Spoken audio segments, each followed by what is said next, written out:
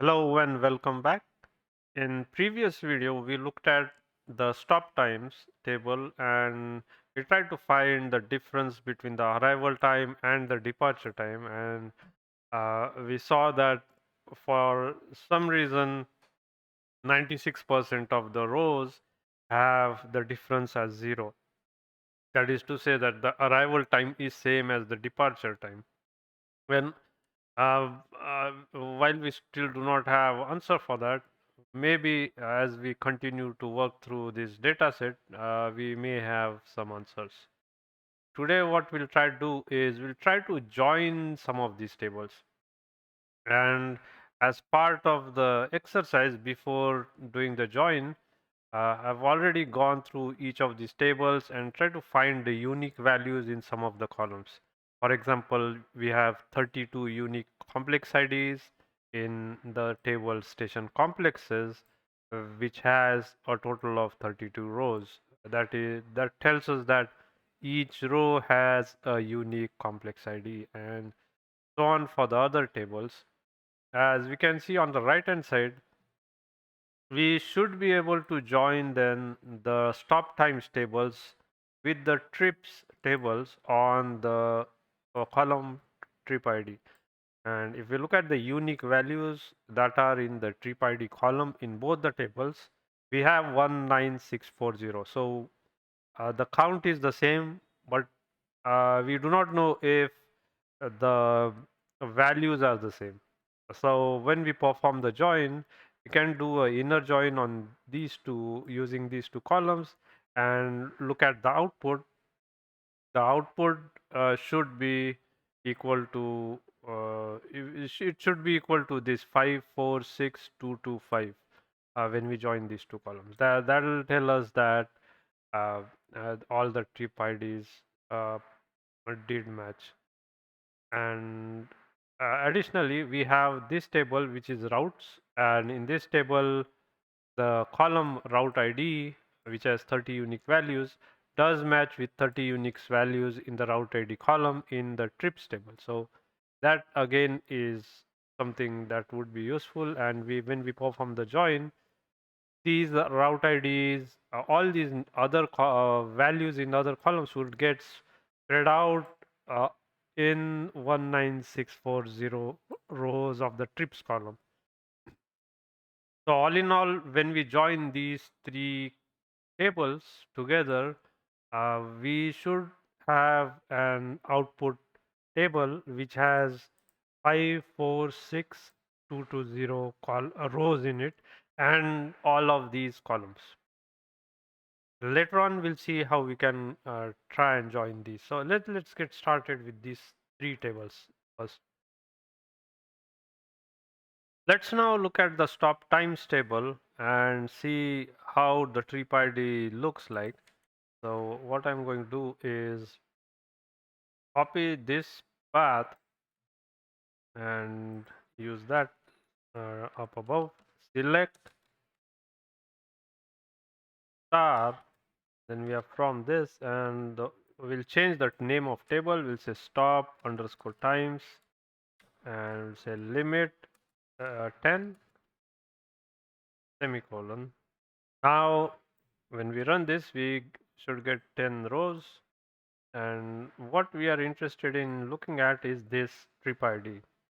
Now I tried looking into what what each of these parts of the trip ID are and have partial information about it. Let's say we have this trip ID, sorry, we have this trip ID that's written right here, BSP 19 Gen M086 weekday. Then we have some numbers, and then we have letters, and we have this abbreviation again. So in this particular case, uh, uh, the trip ID is it's unique to a particular trip. So when a person boards a station and gets down at the destination station, that entire journey is associated with one unique trip ID, and that trip ID is likely generated in this fashion in this data set. And If we look at the arrival and departure times of here, they are the same, but in some cases it matches this part of the trip ID. Then additionally, if we look at some other parameters, for example, if you look at the shape ID matches with this last part. And if we go in this, oh, it's not, we do not have the shape ID in here, but once we join with the trips table, you'll see that. And there is something called as a GTFS stop ID along with a stop ID as we see here. And the GTFS stop ID is relevant to this general transit feed specification. And if you go on the home page at gtfs.org, here it says that the general transit feed specification GTFS is an open standard used to distribute relevant information about transit systems to riders.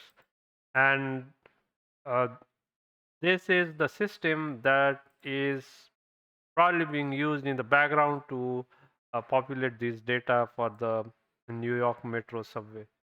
And if in this on this page, if you go to GTFS schedule and click on reference, here there are several uh, descriptions of some of the fields, some of the columns.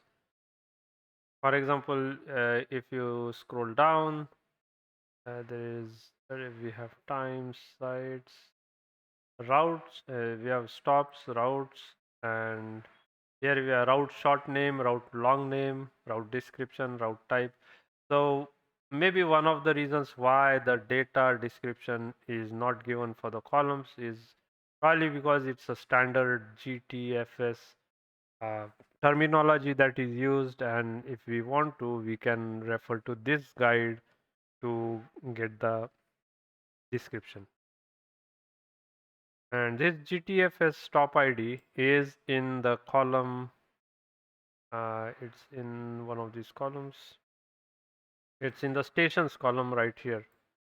So what we could do is we could join this GTFS stop ID with the stop ID that we have here in the stop times column. Right? But you'll see that this is 496 values and these are 991 values. So there is going to be some mismatch there.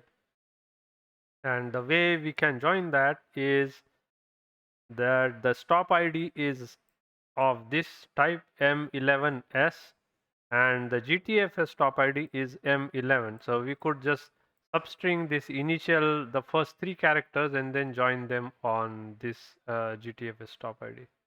Again, in this particular uh, trip ID, we have M, the letter M, and that may be referring to the route M, uh, or it could be that, or it could be the same. I'm not entirely sure at the moment. But then this is the shape ID, so maybe this is the shape ID part, and then the route could be from this part. If that is the case, then what does 086 refer to? Again, at this point in time, I do not know. And up here we have the weekday. So is it a weekend, Sunday, Saturday, or is it the weekday when this trip was taken? So we have the day information that we can extract. Moreover, now this part is still unclear. I tried to look up what these are, and I just couldn't find any information on this. There is some information, but it I cannot be sure if that's what it really means. For example, if we check the trip ID, if we look at the trip ID, and all some of these start with a BSP, some of them start with a ASP. And then we have 19 gen that's there, and here we have 19 sub. Uh, so if you Google this, just this part, if you go in Google and just type this, here you get this hit which goes to the AWS site, and here you have the exact same sort of notation ASP 19 gen, BSP 19 gen, and that this entire string is called as a service ID, as you can see here, followed by there is a date and there is the exception type. So that's the date, that's the exception type. So my guess is that this is some maybe some company that is there, or maybe some type of software platform. If we try to find out what are the unique possibilities, is there ASP, BSP, are there any other acronyms there? What we can do is we can get the unique values, and to do that in the same let's use the stop times table. We can get the unique values for let's say the first three characters of the trip ID. So we say distinct, and then we have uh, the trip ID column. We want to we want to do a substring. So sub str trip underscore ID 1, 3, and this should give us the trip IDs. And we do not let's not specify the limit and run this. So hopefully we'll get an idea of how many different possibilities. So we have BSP, ASP, and SIR. That's interesting. So why don't we make a note of this? This is trip underscore ID, and this is first three characters, 1, 1, 2, 3. And in 1, 2, 3, what do we get? We have BSP, ASP, and SIR. So part of the answer we already have. The SIR part is on the map, and already looked this up. This is Staten Island Railway, SIR. So that's good. But for the ASP, if you search ASP on this, there's nothing. If you search for BSP, there's nothing. And so what we can do then is now search for what those could mean. And if we go in Google and search ASP, BSP for ticketing, so you can see that I've already done these searches. Ticketing system, and there is something called as a billing settlement plan, and that's related to airlines. I'm not sure if that relates to the problem that we are looking at. So that's this BSP, billing settlement plan. So type of maybe ticketing system. There is some PowerPoint presentation here. Let's look for uh, ASP this time. So as you can see, there is BSP, ASP, and that's under settled. So what platformed, settled, creating that ticket on the booking, and that's where it says it's BSP or ASP. Maybe that's what it is. And another site here. Do we have any information there? Let's go back. Here is another Wikipedia site. We have BSP, uh, known as Bank Settlement Plan, Business Process, Electronic Billing System. So maybe that's some sort of electronic billing system, and ASP is maybe another type of billing system. Let's search for ASP on this site. No. Let's do another search for ASP. So we are getting ASP.NET. That's not what we were looking for. ESP and ASP. Let's we have these, which we already looked at. Then word information systems. That's definitely not it. Okay. This is going to ARS. This airline ARC. Wondering where ASP. There's no ASP. We'll do one more search, and if we cannot find anything, we'll move on till ASP, and then just leave it that. No, those are definitely not associate safety professional. No, and ticketing same. We have airlines controlled here. There is some ASP contains all tickets, so maybe we'll see something about that. ASP. Here we have something area settlement plan. So ASP contains all tickets sold via approximately. ASP is a clearing house. ARS is a clearing house. So maybe area settlement plan, billing settlement plan. So the difference could be that clearinghouse for airline tickets sold via travel agencies in US, and this is tickets sold via travel agencies outside US. But for metro subway, that doesn't make any sense because all the tickets would be sold within US.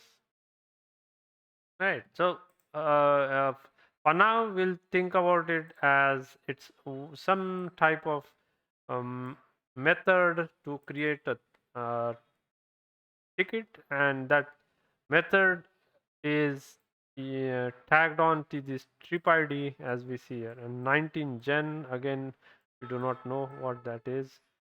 Let's try and do one more search. In this time, we'll keep the all these characters. So we have 1, 2, 3, 4, 5, and then 6, 7, 8. So we'll keep start and 1 and go all the way up to 8 and see how many variations we have for this. This is what we have. We have BSP 19 gen, 19 sub, and so on. So let's make a note of this. This is trip ID, and we went from 1 to 8, and the options we got were BSP 19 gen, BSP 19 sub, ASP, my typo there, ASP 19 gen, SIR FA 20, ASP 19 SUP. All right. So those are the options. And this is Staten Island Rentville that we know. These we do not know.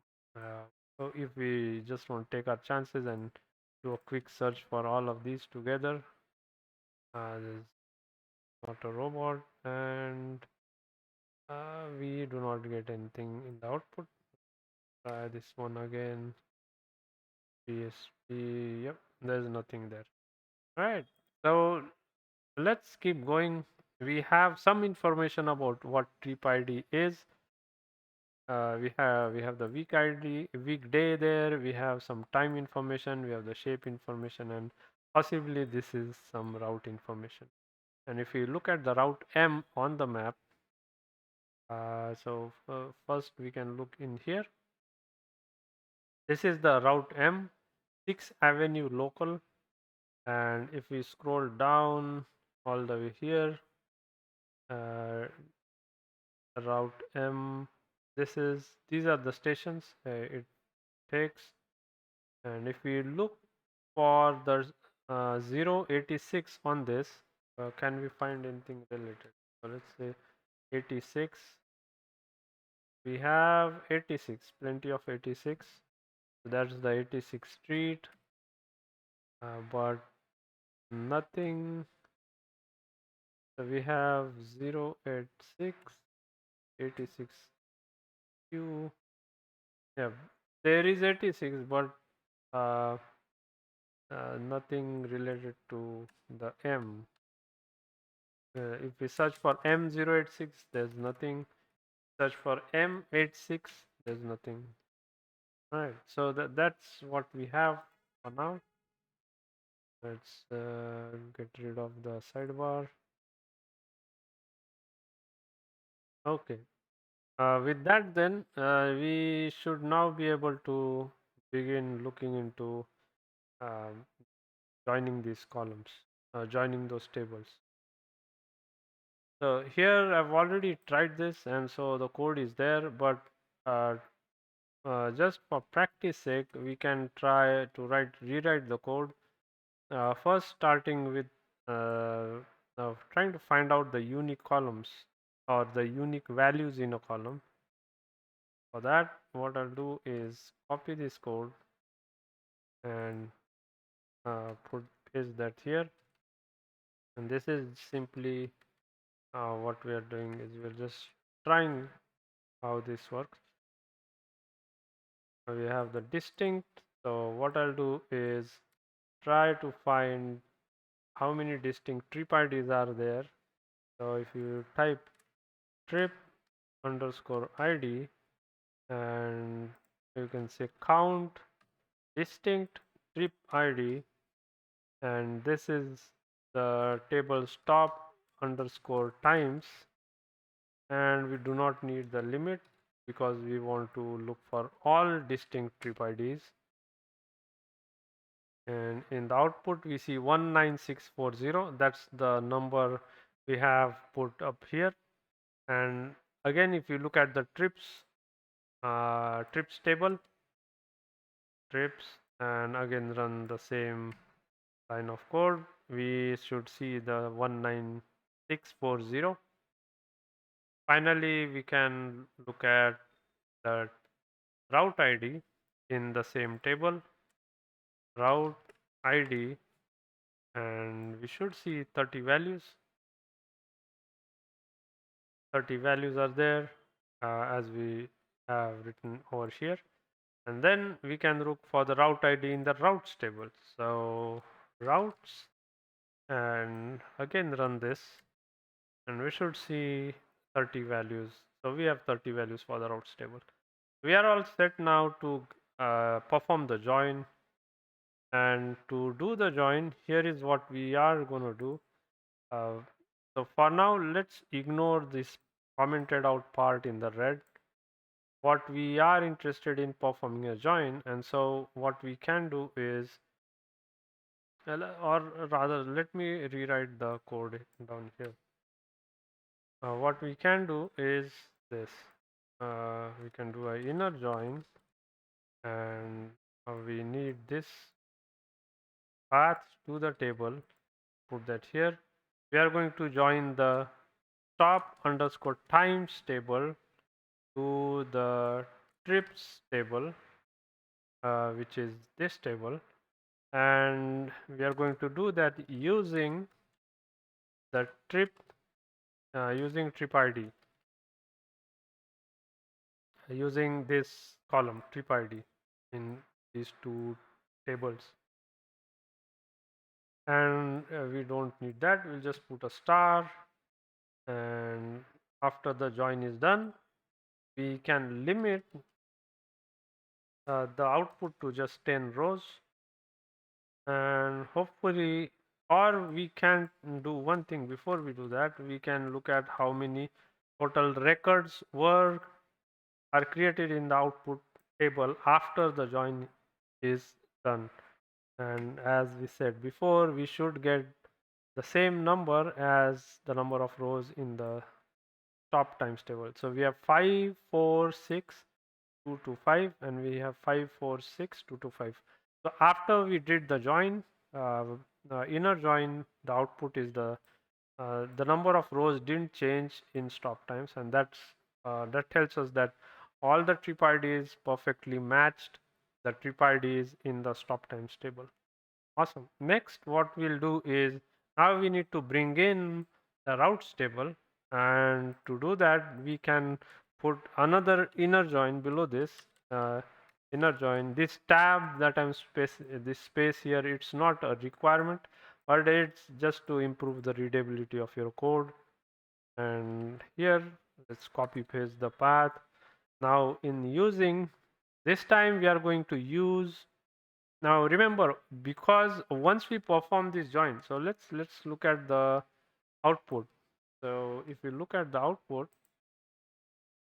and run this, look at the output, you'll see that all the columns, so we have the trip ID, we have the arrival time, departure time, stop ID, stop sequence, head sign, pickup time, drop off type, and we have the shape distance traveled. So we have all the columns from the stop times table, and then from the trips table, route, we start with the route ID. So we have the route ID.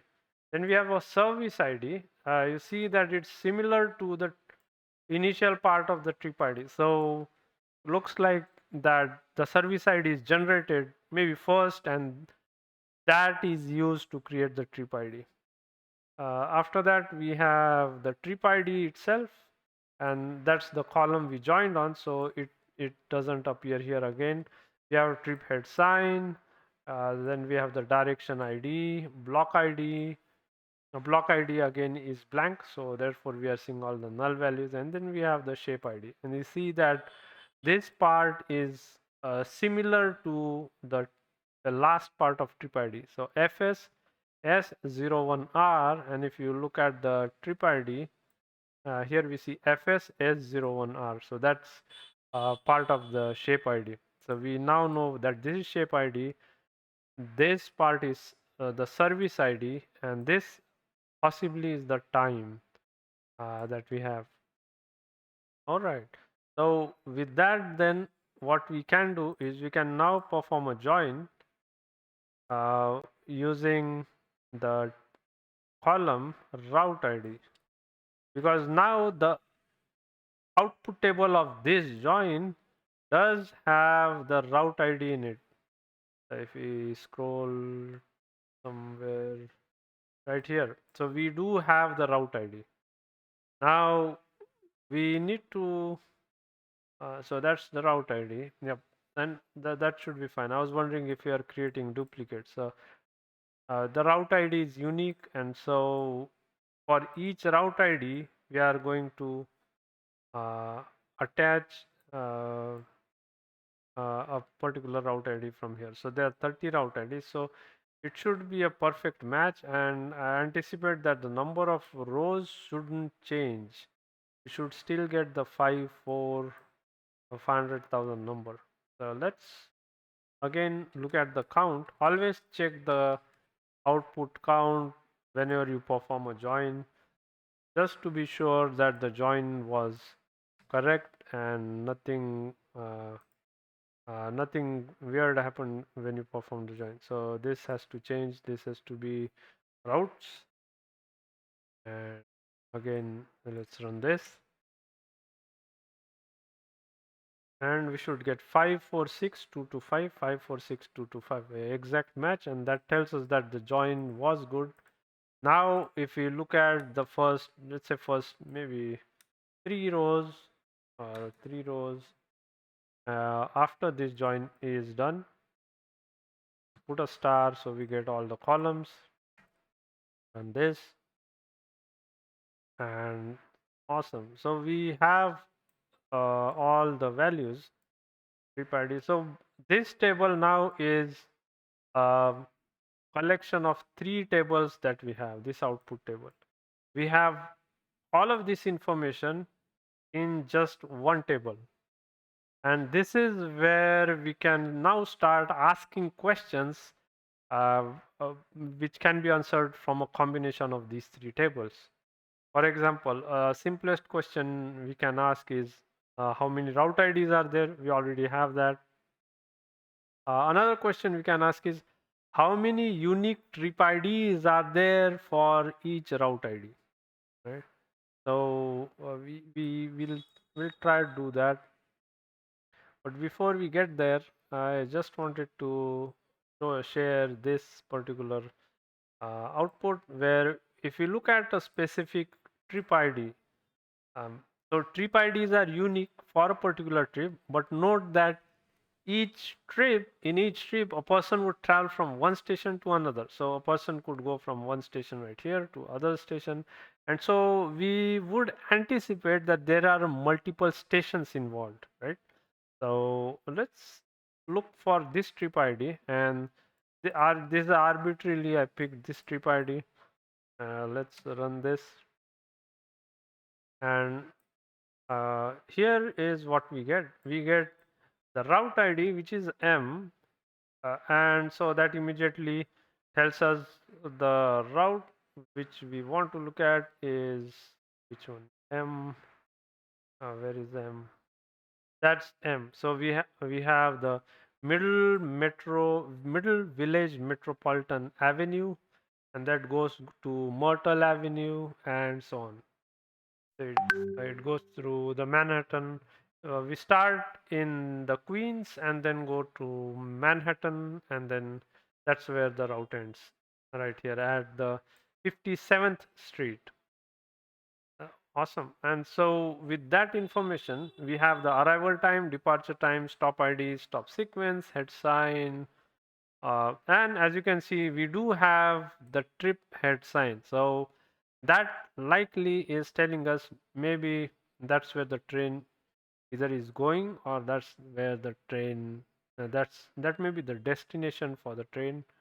uh, and the start stop sign, it does say that.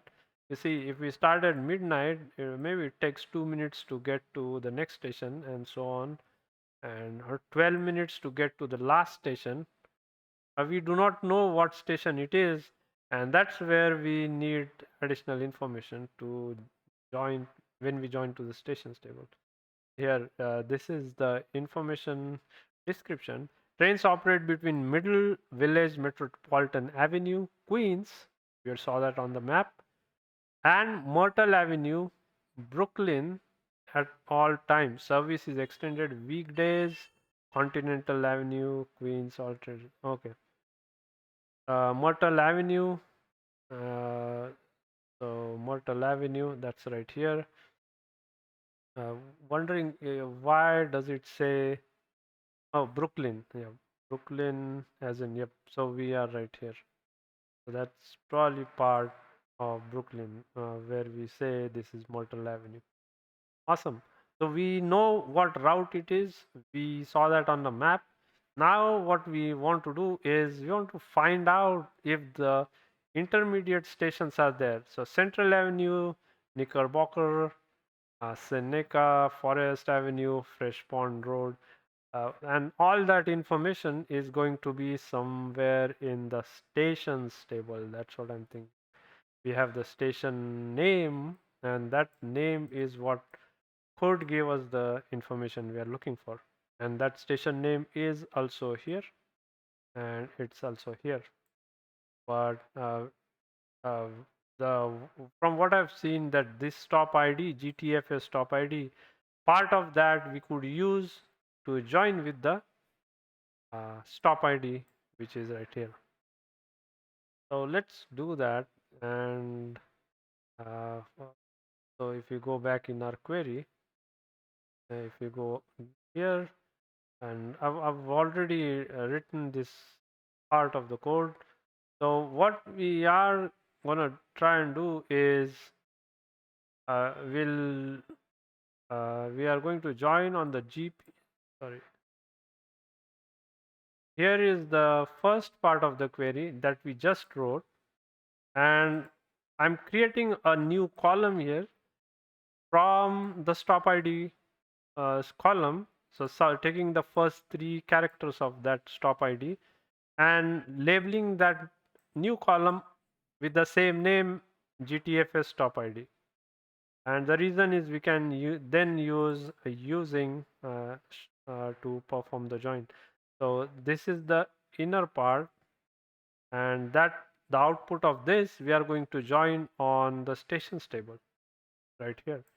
And so we have this inner join written after the brackets, after the parenthesis of this, right? That's the inner join. Uh, we would for now just ignore this part of borrow name. We'll just stay with this. And when we run that part, we should get a join. So this join did work. And now what we'll do is we'll put a where condition here, and that's the same trip ID that we used above. This BSP 19 Gen S30R, BSP 19 Gen S30R, and run this right there. Okay, so I think we should be good with that, and run this, and hopefully that's probably missing the packets. Maybe we need this entire.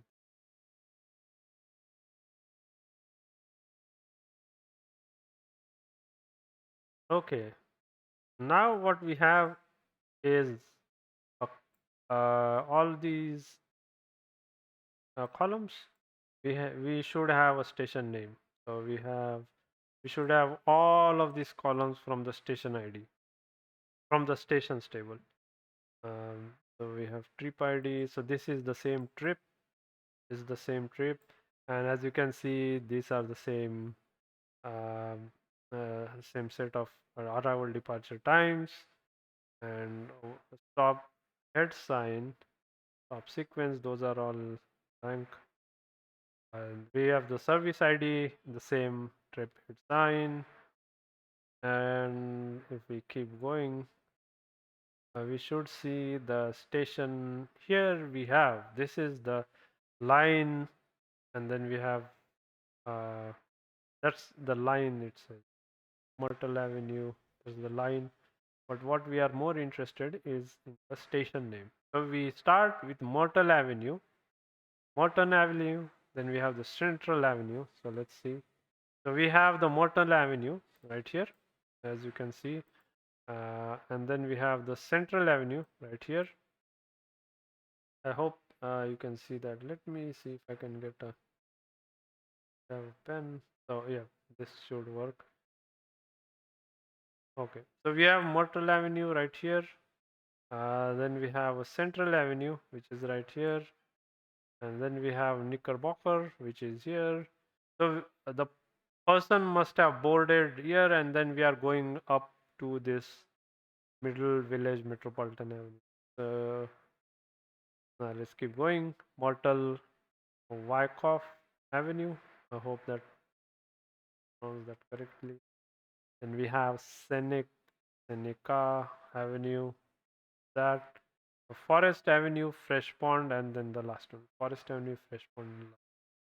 So that's how this is laid out. It looks like, and we can now see how after joining these tables, we can now relate what information we have in the tables to the information we can actually see on the map. And interestingly, we also have information about the time. And as you can see, this is a weekday, uh, and the time is midnight. So you have 2 minutes, 3 minutes, and looks like it takes around 12 minutes to get from Myrtle Avenue to the Middle Village Metropolitan Avenue. That's what we have. And this is the stop sequence, as you can see. That's the first stop, this is the second, third, fourth, fifth, sixth, seventh, and that's the eighth stop. And pickup type is 0.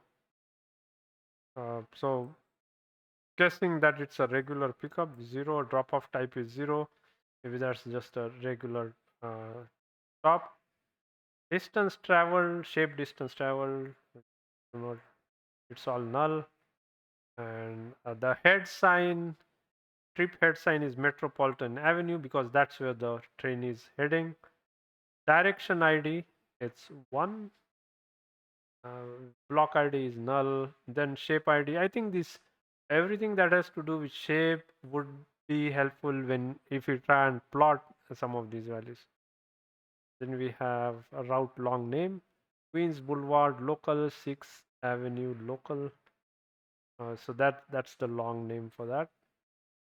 Station ID. So we do have the station IDs and complex ID, station ID. And as you can see, now we have complex ID.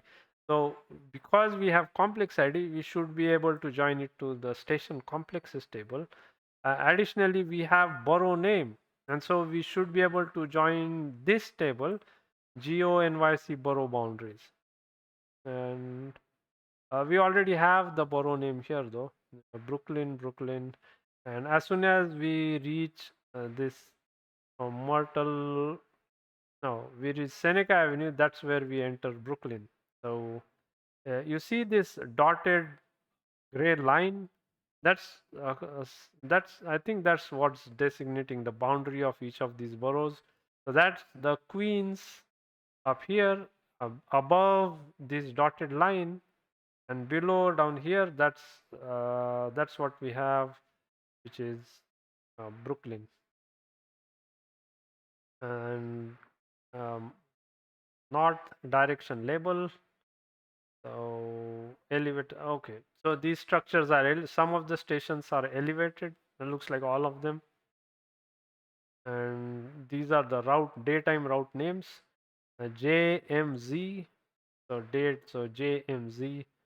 So JZ is here. Not sure. Maybe JMZ are the routes that pass through the Mortal Avenue. That's what this is telling us. Because for other stations there's just M, and that's because there's only the route M that goes through those stations. Next we have north direction label, south direction label. North direction like Jamaica Middle Village. Uh, okay, Jamaica. We can look for Jamaica. Okay, that's Jamaica Middle. No, there's Jamaica. Is there several of these? Uh, Not sure what this is referring to at the moment. Then we have the south direction label. That's towards Manhattan. That makes sense because this does go to through Manhattan. So if you look at this, it goes down here, goes through Manhattan. Okay. And then we have the Latlon and station geometry. So let's keep going with this. Now we can start joining the other tables, which is station complexes, GONYC borough boundaries to the stations table. And so for that, here's what we can do. First, the output that we had, we can join using the borough name. And so we have this inner join written right here. And then the output of that, we can join the station complexes using the complex ID, which is this one. Now note that here we have 32 complex IDs and here we have just 45 complex IDs. So what's going to happen is when we perform a join with this table, if you do an inner join, we are going to miss out on the remaining complex ID that are in this table. So we'll lose a lot of information. So what we could do is we could do a left join on stations using this table. So let's see how we can do that. The first one is inner join. We have this one, and so borrow name. So this looks okay. Let's run this and see what we get in the output. So for this query, let me zoom out.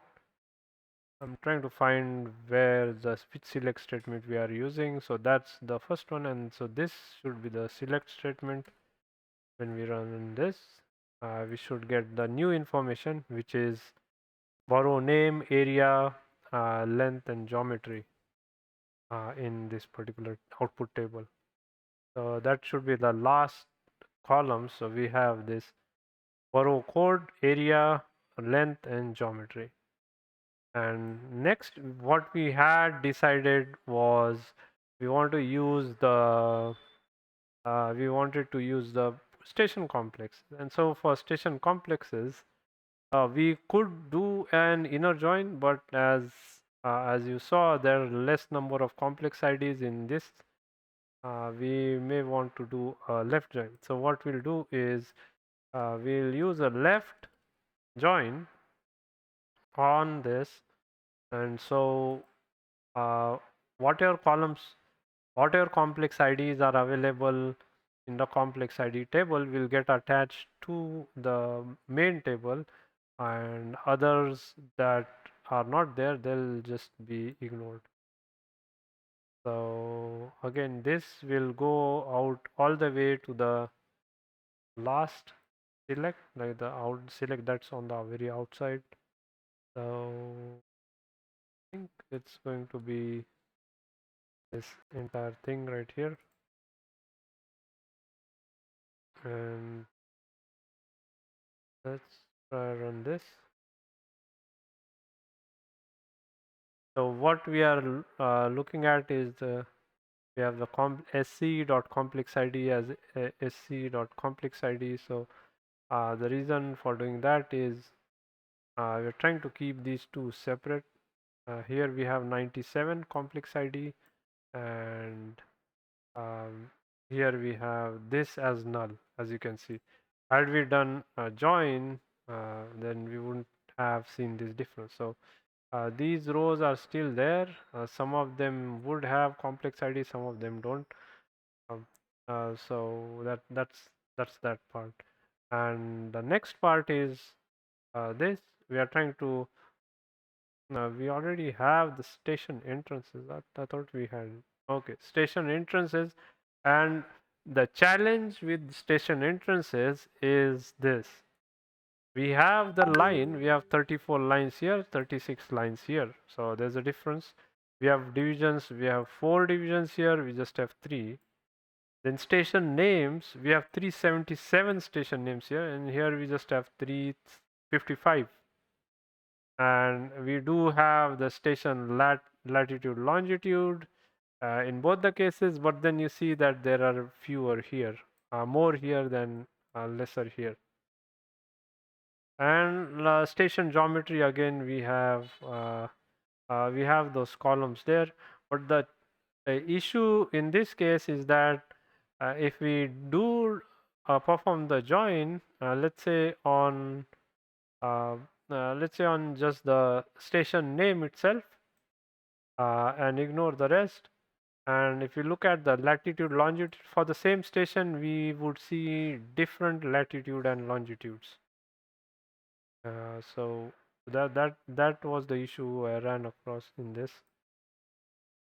So if we do this, let me run this,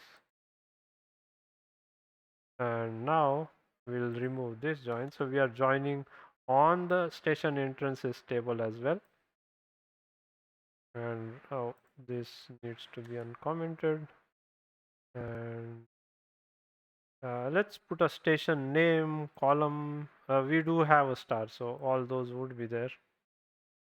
Run this. The output, there is no data to display, and that's probably because of this trip ID that we have. So what I'm going to do is just limit this to 10 and see what output we get. We still get no data, then we'll increase the number of rows that we have for the limit. All right, so here is what we have.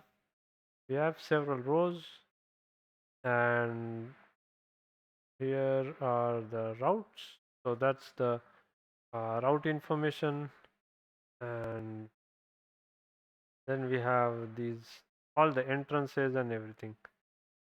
So the part that I wanted to share is this. You see the station latitude and station longitude is this. 40.71 is the latitude. Uh, that is coming from station entrances table. And if we look at the station latitude somewhere up here, we do have 40.71. So for 40.71, that station name once. Let's Station name 1. Those are the renamed columns, I think. Where is it? So not renamed. So those were automatically renamed. Borrow name, station D,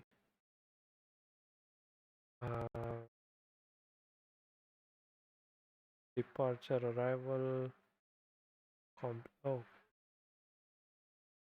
maybe I was here. We have this 40.6, 40.6. That's what we have here.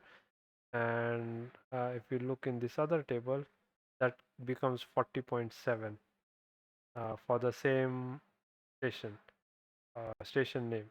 So maybe that may be because uh, as we saw in earlier videos, the same station name can be at two locations, at two intersections of two streets. So maybe that could be the reason. All right. So for now, what information we need from this table is maybe the um, route ID could be helpful, or entrance type. Entrance type, staff hours, those would be the important columns that you can use.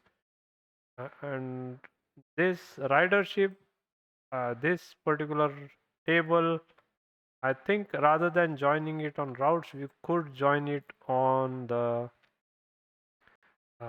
station name, but we'll keep it separate and not use it along with the trip ID, because trip ID is a separate set of information, and I think this is a separate set of information.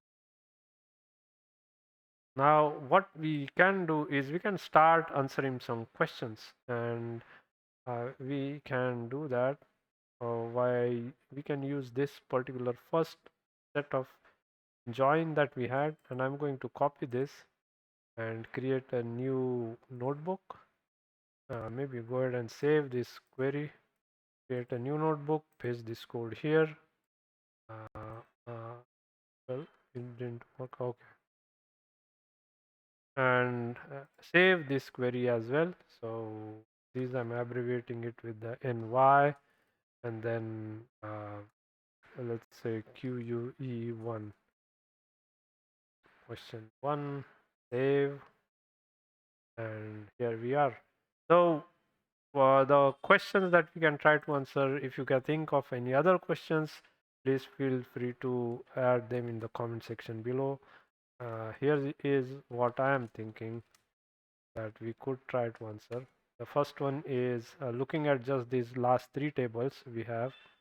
How many unique routes are there? We already know that, but still we can write the question just for practice.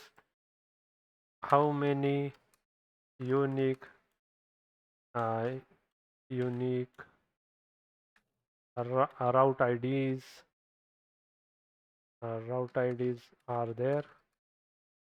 And for that, we can simply say select star from, and we can use the routes table.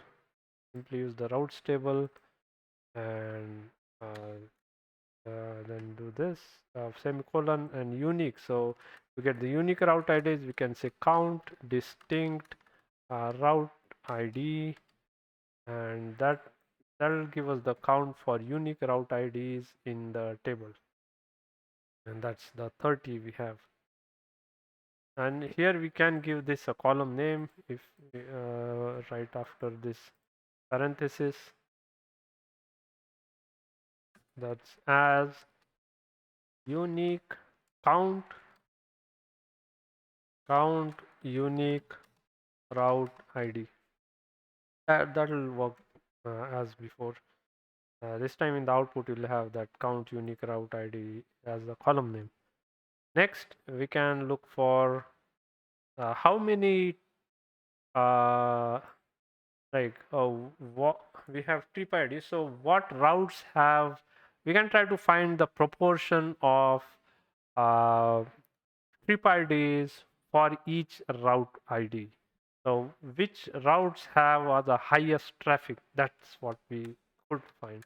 So what routes have the highest, what route has the highest. Let's just say the route ID has the highest count of trip IDs. That is to say, in other words, uh, what route is busiest, something like that.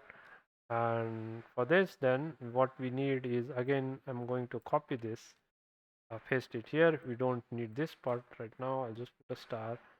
What we are going to do is do a join on the trips table. Or do we need to do a join? We don't need to do a join. So we simply need the trips table. So we use that. And in this table, we are interested in finding the, we have the trip ID, or we have the route ID. And what we are interested in finding the count of distinct trip IDs, right? Count distinct trip IDs, and we can say as count count distinct or unique trip ID.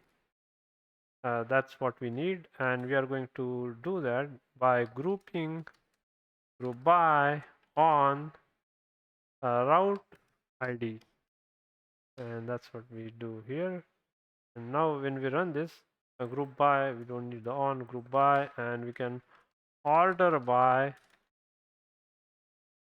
we can order this by this value here, order by, just single E, run this, and there are 30 of these, so this is going to be a lot of rows. And as you can see, the route 7, right? This route 7, uh, 7 is the B, looks like those are the B, 7 and GS.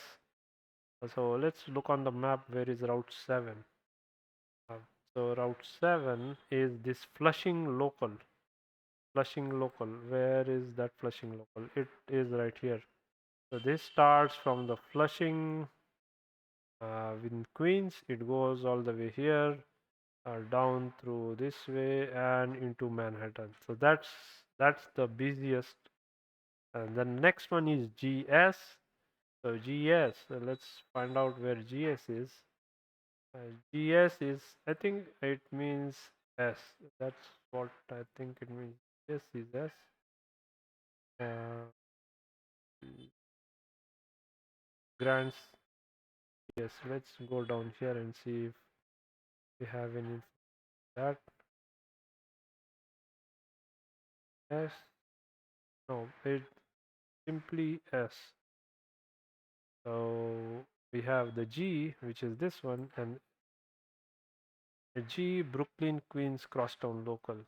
Brooklyn, Queens, G. So this is the one. That's the G that goes from here, from Brooklyn to Queens. So these two are one of the top. I think that's what the GS is for. If I'm wrong, please let me know in the comment section. So then we have this one, which is 1. 1 is where? 1 is the Broadway 7th Avenue. So Broadway 7th Avenue. This comes from Bronx. This red line all the way down here. It goes right up to the Manhattan. This Whitehall South, Whitehall Street or South Ferry. Now we know which are the busiest routes, those, and which are the routes that are least used, or very few, at least in this data set, very few trip IDs. There's FX, Z or Z, and then we have 5X. Wonder if those are here.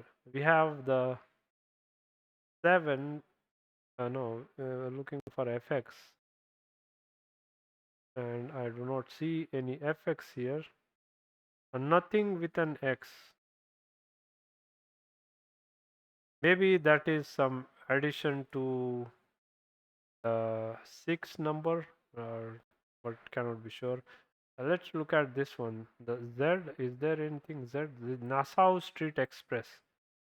Nassau Street Express. So Z. I wonder where that is. Let's do a search. Nassau, Nassau Street Express. Where is that's Nassau? That's the G. Uh, those are the only three hits, I think. This page, one, two, Nassau Street J. It's the route J and Z. And let's see where it is.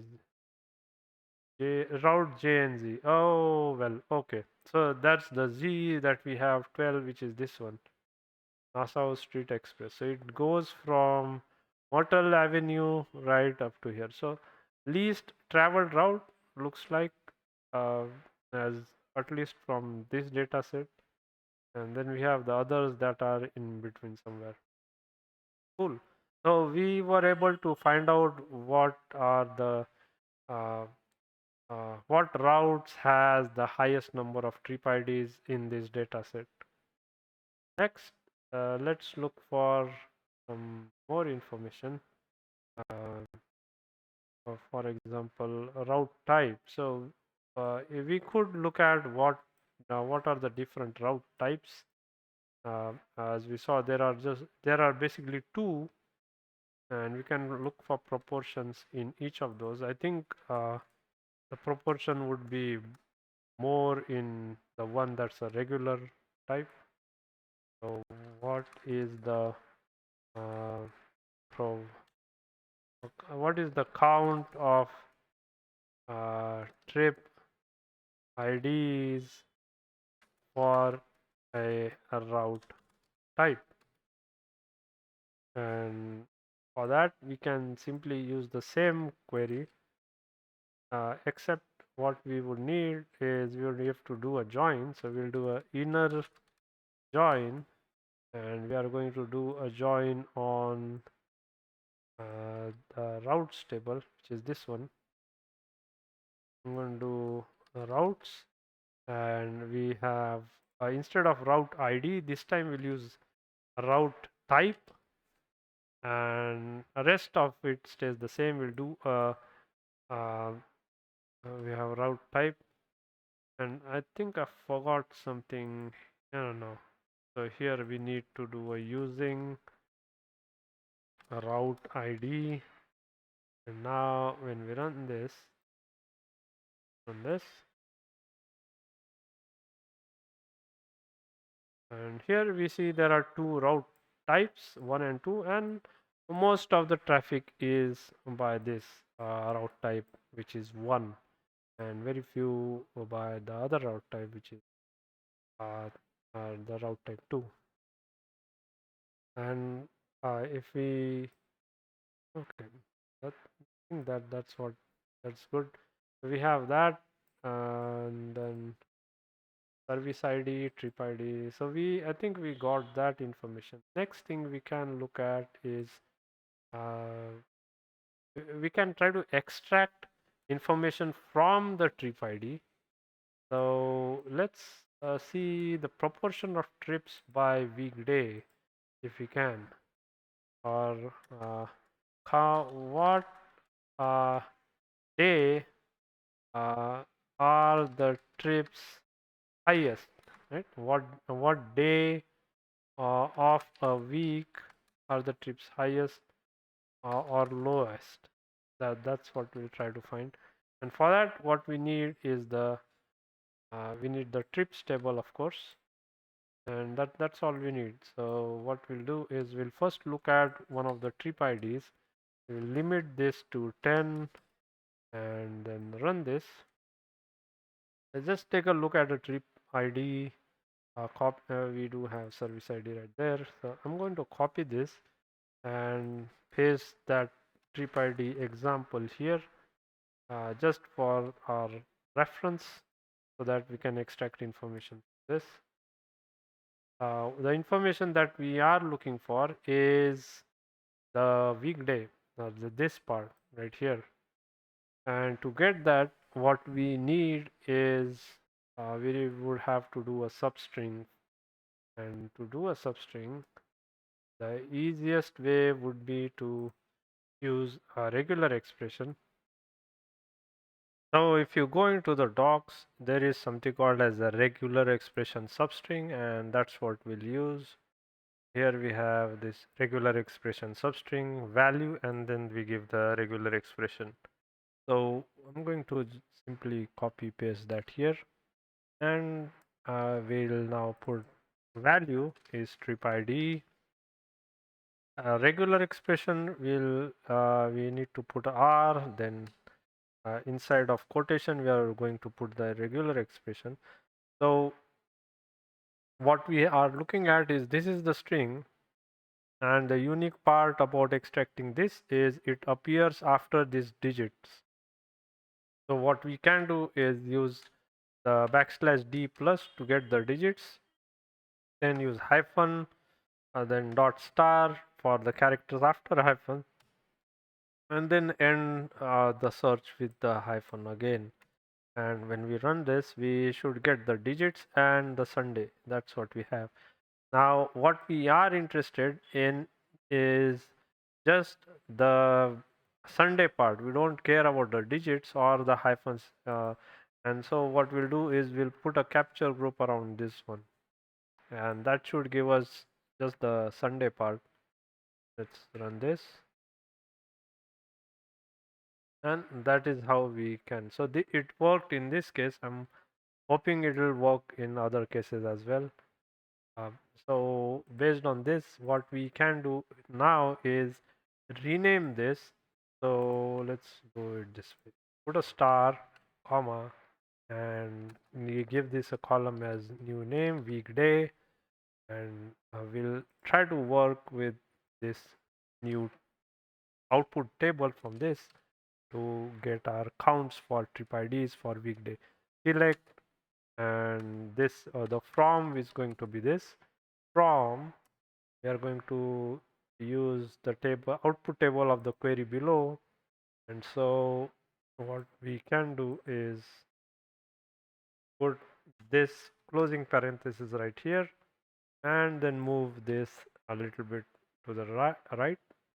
So that's our output table, which creates the weekday column, and that's the column we are going to use here to get our counts. And for counts, again, we can use the same line of code, which is count distinct trip IDs. We put that there, and the new part is we are adding a weekday, and so we would also have to do a group by on the weekday.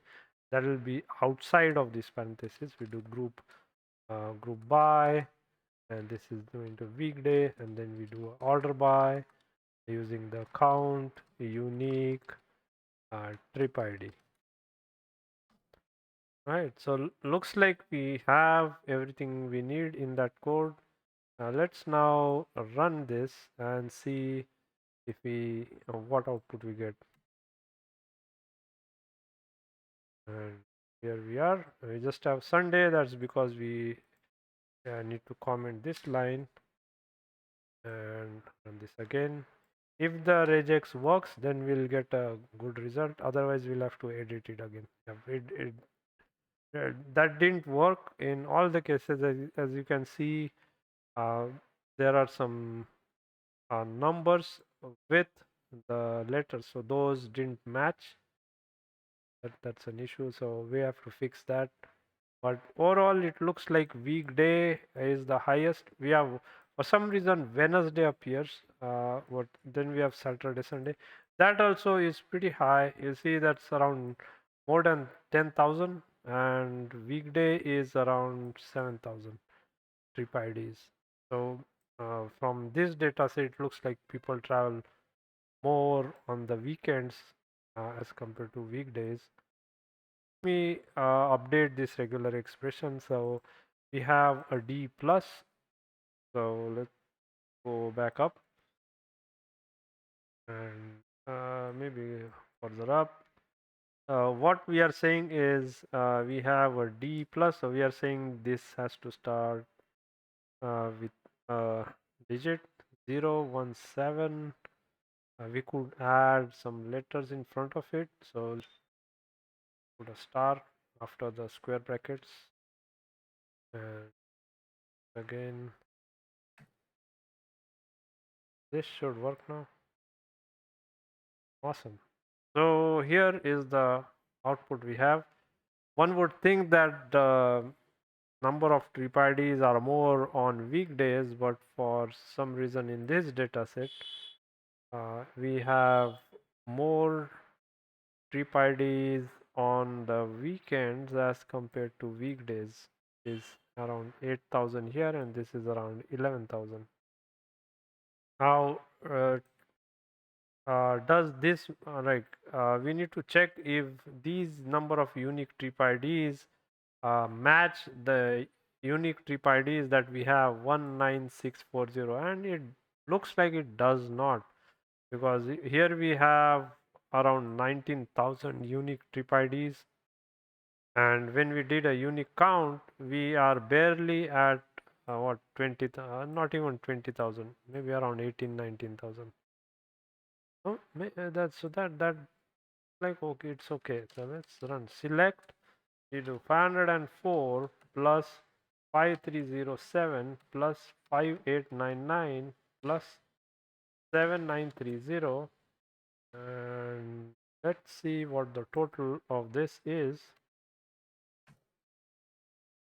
We have 19640, so that does look like what we have is a correct answer.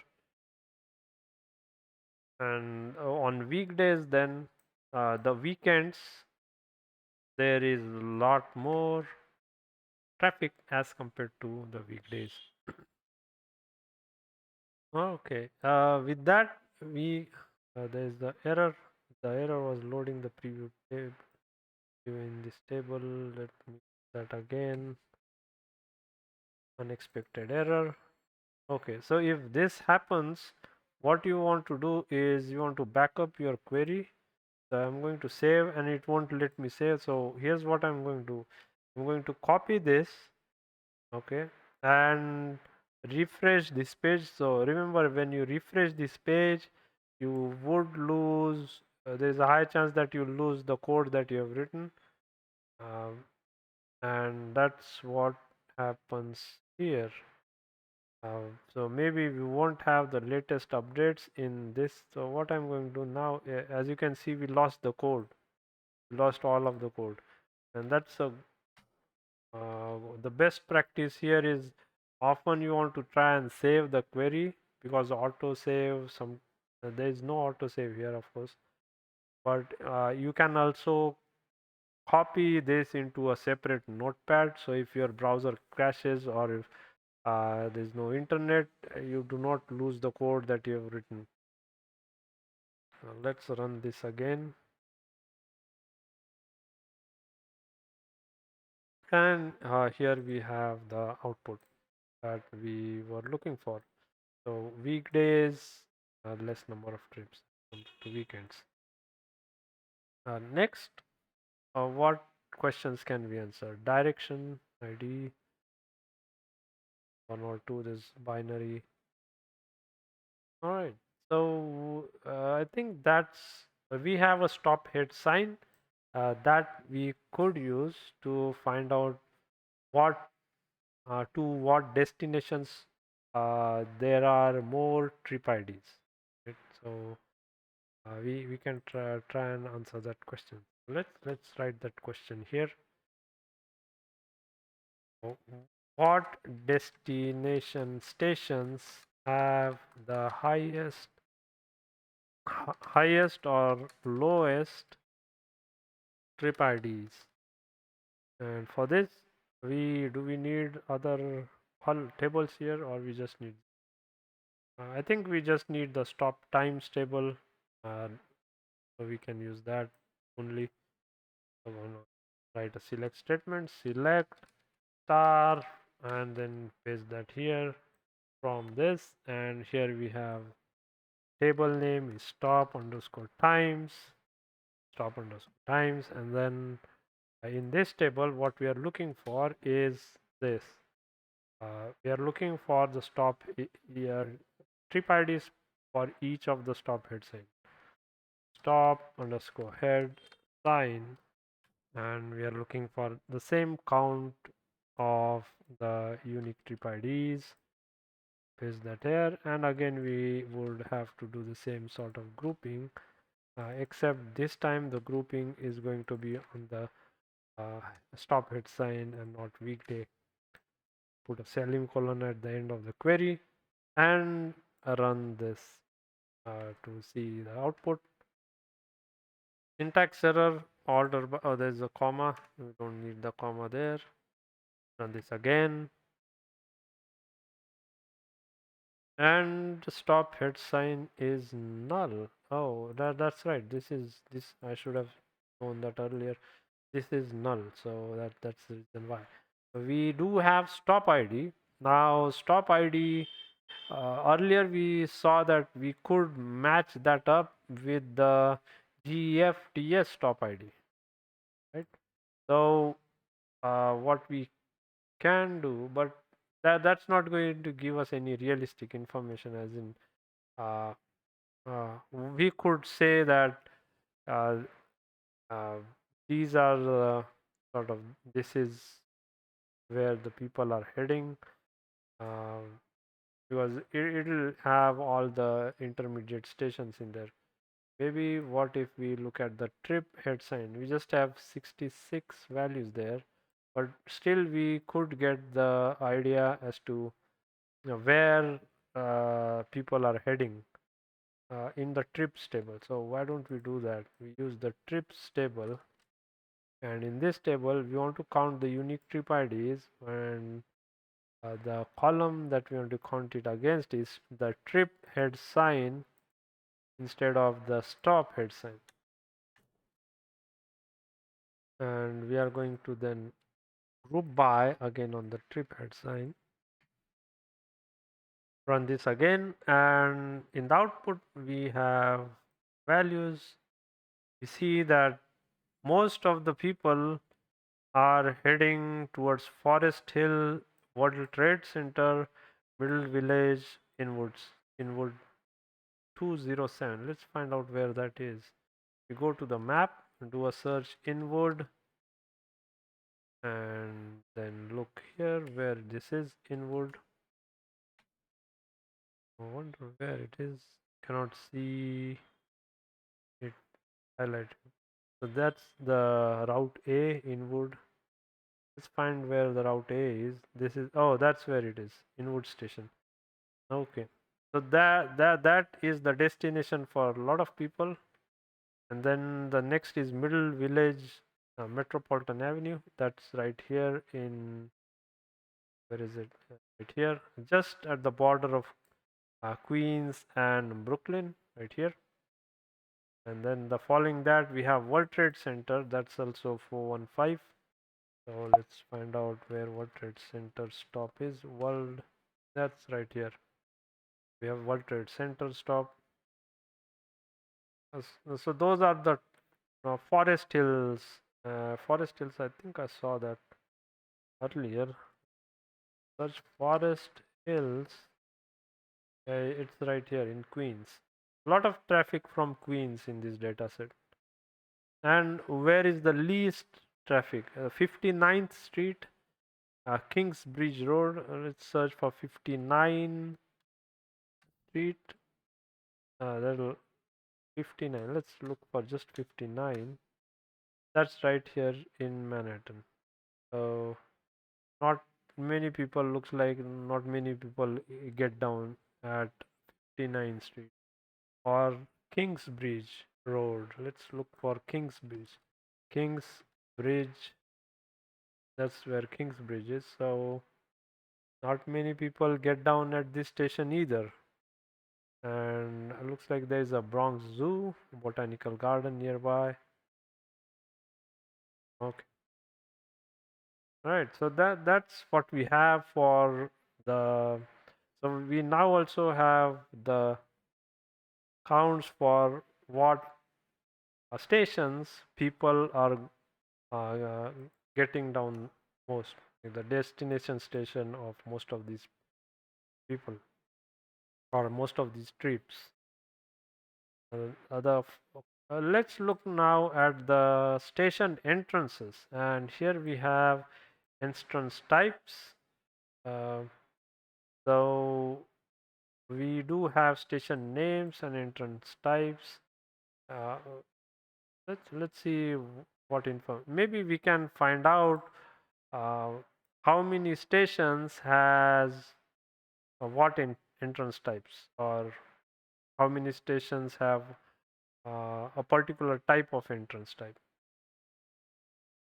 So entrance, frame the question, entrance types. Why don't we first just look at what the entrance type unique values are there. Select the distinct entrance type, and here we are going to look at table station entrances, and then we do a limit. We don't need a limit because we need to know all possible entrance types,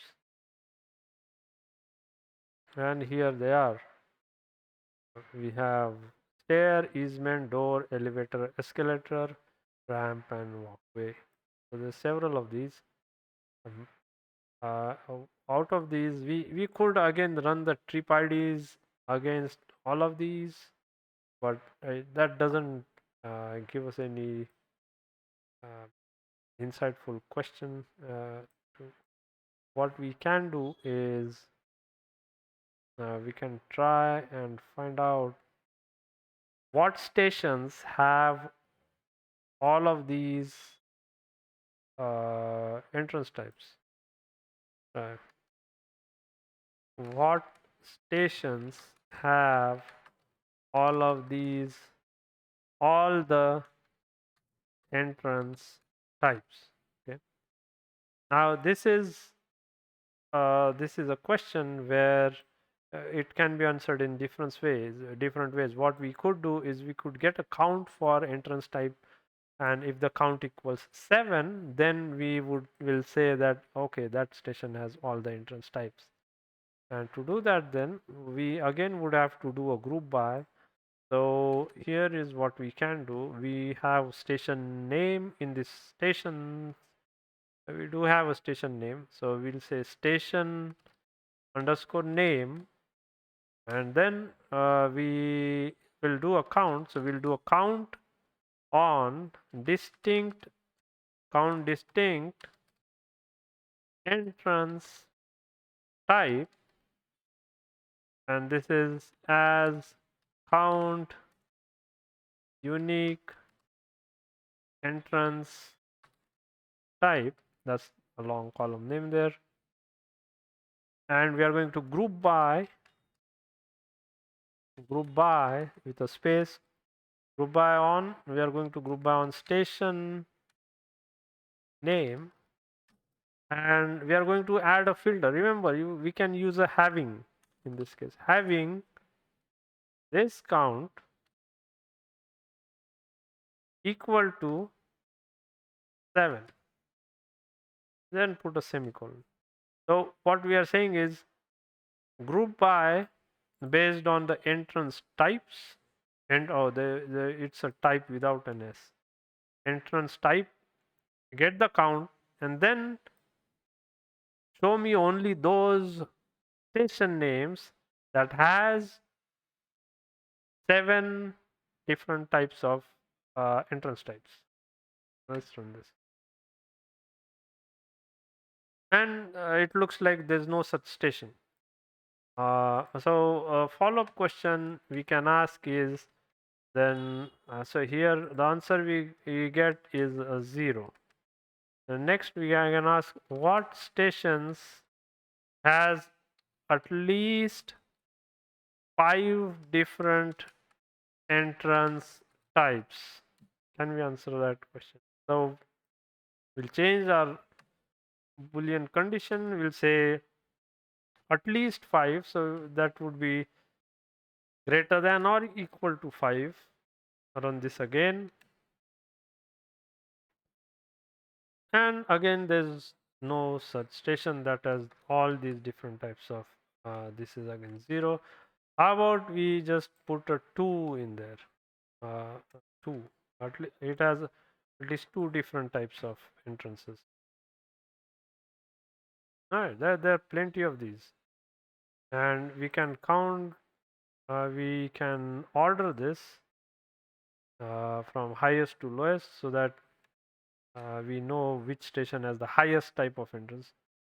Order by, and order by will use this as the output, and we'll say descending.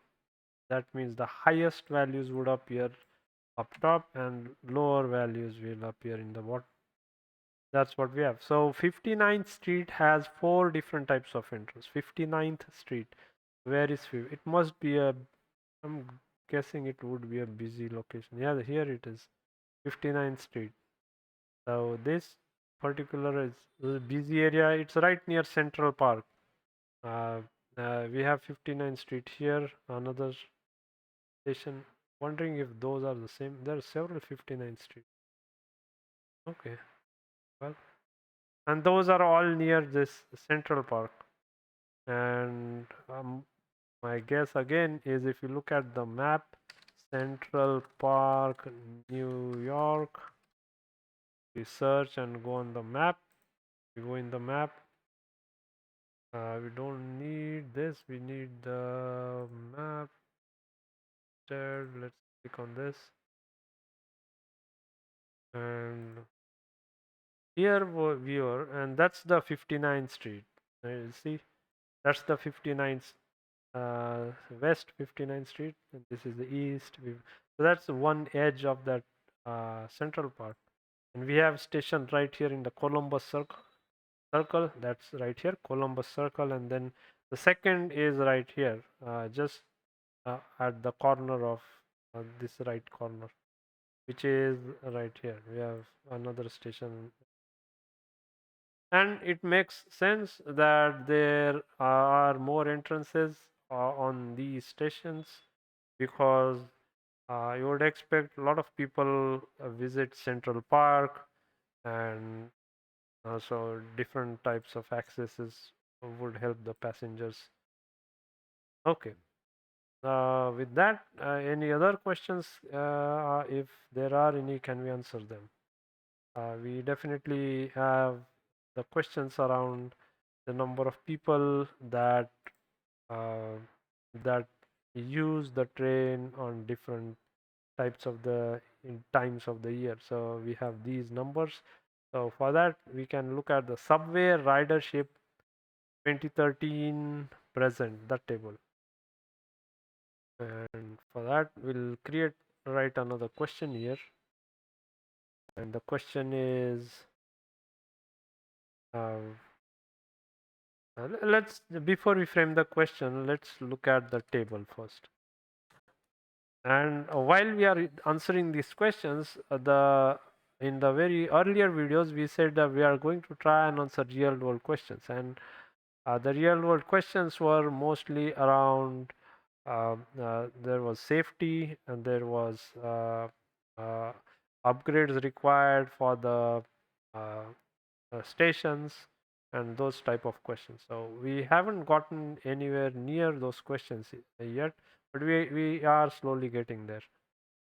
Um, Subway ridership, select from subway underscore ridership underscore 2013 underscore present limit of 10, and this, and just to see what we get. Oh, my mistake. We should have put this in front of the table name and put all of this in angled brackets, sorry, angled quotations. Now run this again, and here is what we have. We have the ridership for 2013, 2014, all the way through 2018, and we do have the station names. So while we are looking at the station, which was the 59th Street, I'm wondering if we could get counts for those. So the question we could frame is this: uh, uh, assuming that let's frame the question this way: um, did the number of people or passengers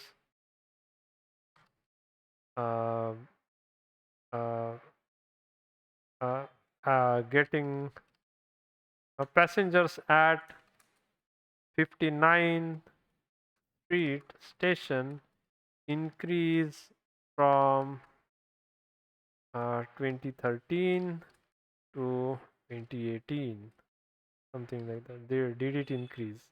And if it did, by how much? So to get that, those numbers, what we first need is we need to put a filter where station name is equal to 59th Street. That's the station name. And that's all we need. Hopefully that will pull that row. And there's no data to display. Okay. Uh, so why don't we look for this then? Station regex underscore contains regular expression contains we are looking for the value which is the column that we are looking into is station name, and the value we are looking for is this 59th. We need this text in that particular string in the station name. See if we can find that out. Well, there happens to be no such name. I'm wondering if our regular expression is correct. And we have 36th Street here. If we put 36th Street, 36th Street, let's see if we can get that row using this regular expression. We do get that. So our expression is right. Let's put just a 59 and see if that makes any difference. And it does. So we have station name, we have the 59. So without the th, that's what the problem was. We have the Columbus circle, we have 59th Street, 59th Street. Awesome. Let's put a street here, and that should give us the information.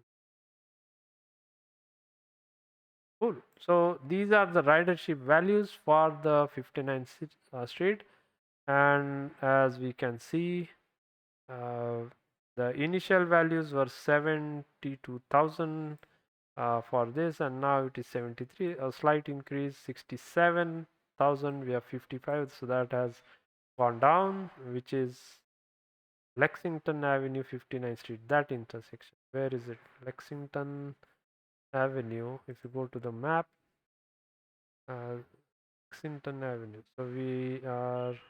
This is the 5th Avenue, 7th Avenue, 5th Avenue, and I'm not sure where that is. Maybe on, but it has to be on the 59th Street, Lexington Avenue. Yeah, right here. So this is Lexington. So it's 1, 2, 3 blocks away from the garden, and so maybe that's what that is. Then this 18 through 16,000, that is where 59 and 5th Avenue. So 5th Avenue is where? That's the 5th Avenue right here. It's this intersection. That's right on the corner there. I wonder why it reduced. And that's the regular expression that I was trying to get it working there. Now let's look at another one. We have 59th Street by itself. We have the values 12,000. Okay, so overall we see that some values have increased. More or less they are the same, not much difference. 12,000, 12,000, 18,000, around 17,000, 7,000, 6,000, 67,000, and this has reduced, but others are ballpark in the same range. And if the question then was to calculate the percent change, then it will have to write a query to calculate those values based on the values that we have.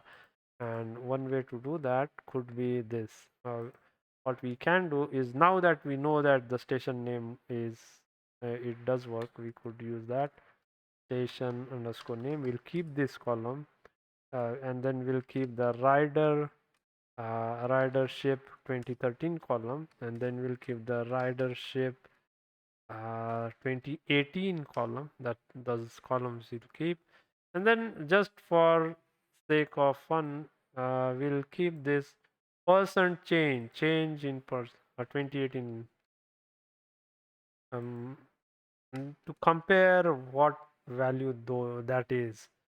And right, and finally then we'll do our calculations, where we are going to take the ridership of 2013,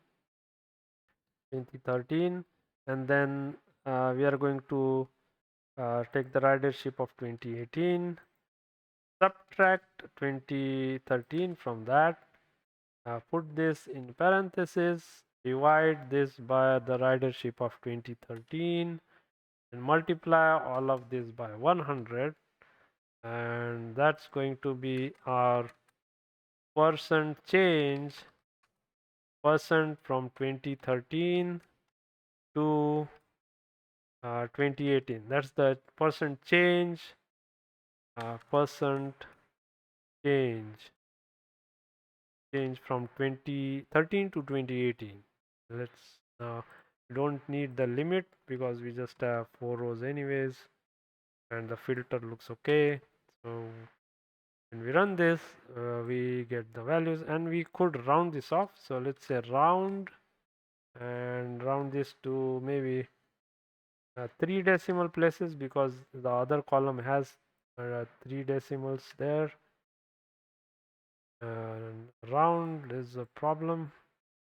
Oh, that's because I typed it incorrectly. It should be here. Run this, and we get these values, which are there's a 1% increase here. We have 18% decrease. We have 9% increase, decrease, and here we have around 9.5% decrease. Here we have 1.6% decrease. Awesome. So now we can see how the numbers have changed, and if you wanted to see the total change, the total change at the 59th street over from 2013 to 2018. So what I mean by that, if we add all these numbers and then take a difference. So how do we do that? So let's create another question. Total change at 59th street from 2013 to 2018. So what's that change? And for that we will keep this above. We'll use the same code as above. The only difference is we are going to um, get the sum of these values. We are going to get the sum of these, and so is there an easy way to do that? Let's think about it. What we can do is use the same query and then to sum these values. I've already tried it.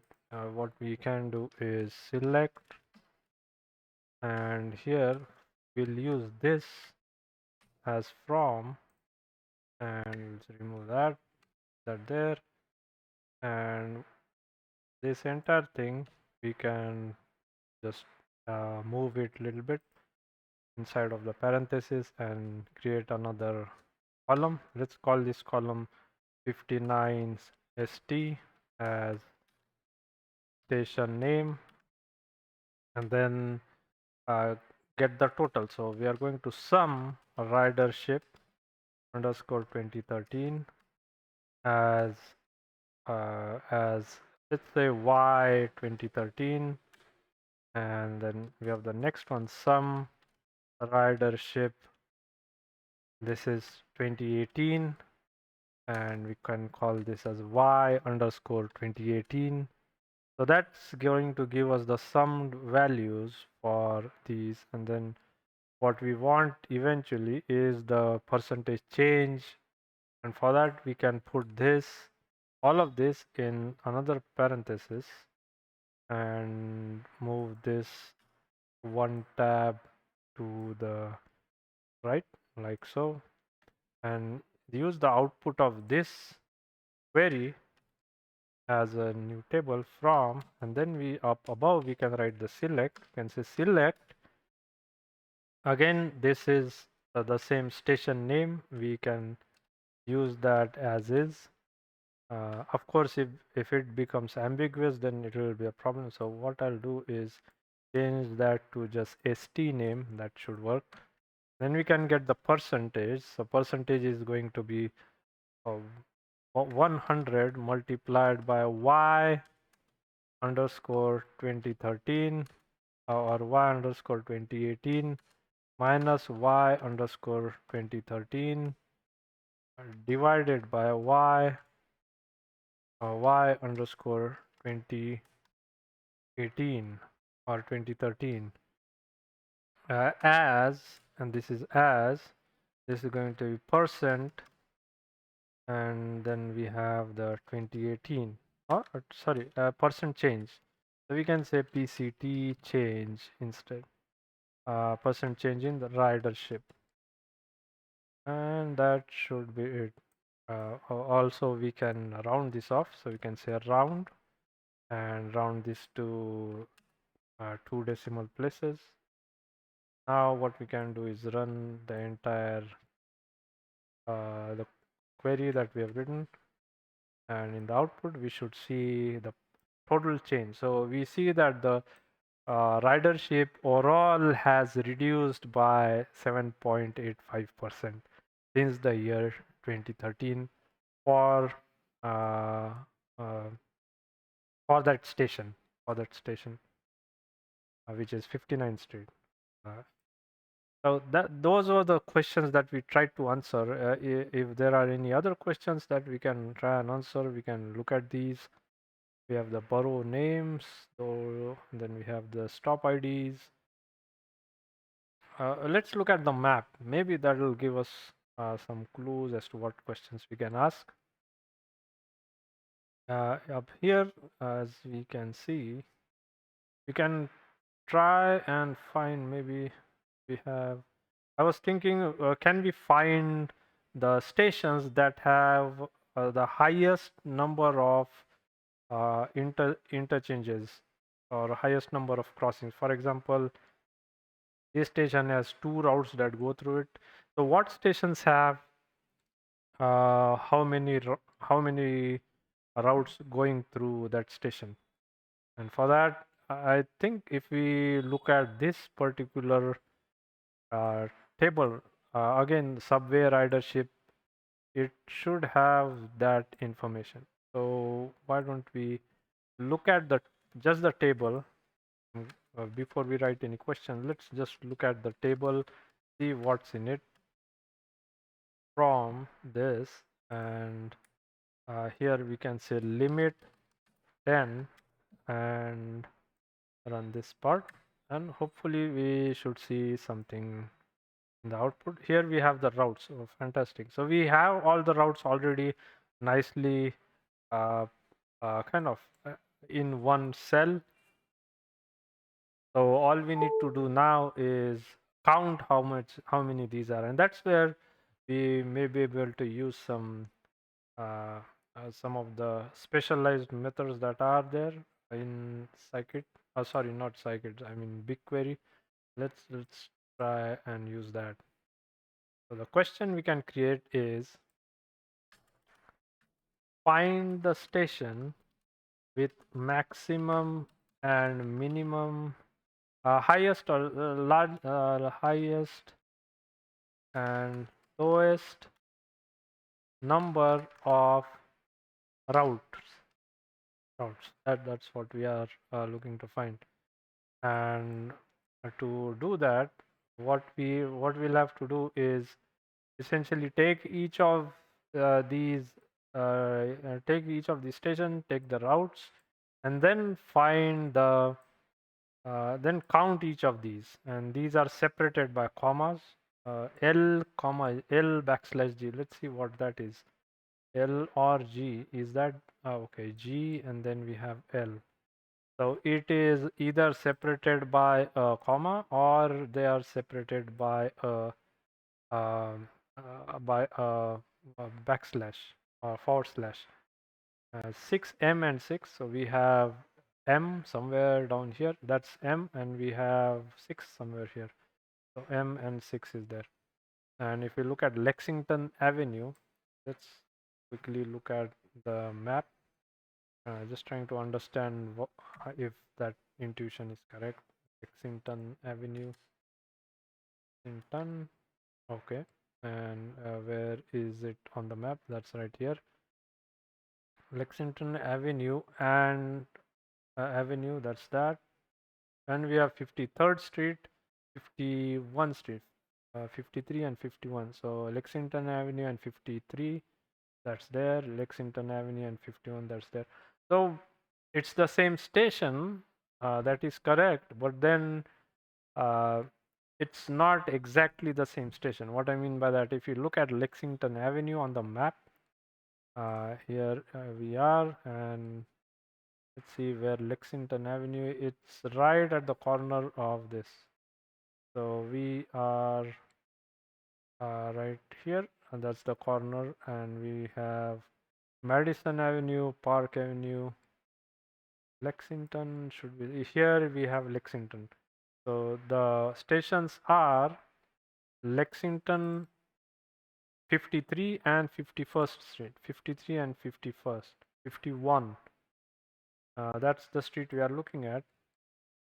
So 53 is where? 53.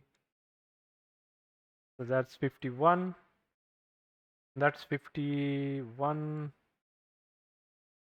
52, and this must be 50. So here we are, Lexington and 53. So that's East 53rd Street. So that's 53. Again, not sure exactly if that's the station. Looks like that is it, because here, as you can see, it's located a bit farther from the Central Park. That must be it. This particular stop right here.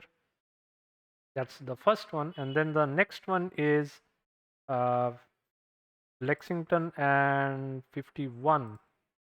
So Lexington and 51. So 53 is there, and 51 is right here. So these two stops. These are the two stops, and those are the two stops I think that are here that we are seeing. So it is the same road, but they are different stations. So what we'll assume is that this is referring to a single station. So we won't worry about the two physical intersections with different roads.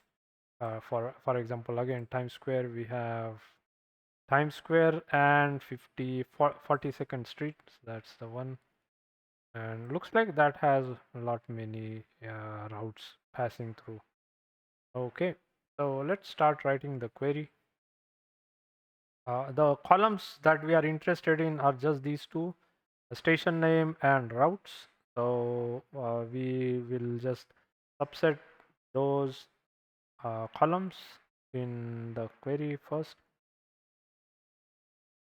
This is station name, station underscore name, and routes. And these are those two. And from these now, what we are interested in finding is can we get a count of these? So as let me go ahead and run this again. And one thing to note here is that if we try to do a group by on this, let's say first we need to identify these. And if we look at it right now, it's just a string, and that's not of much use right now. What we need to do is extract those.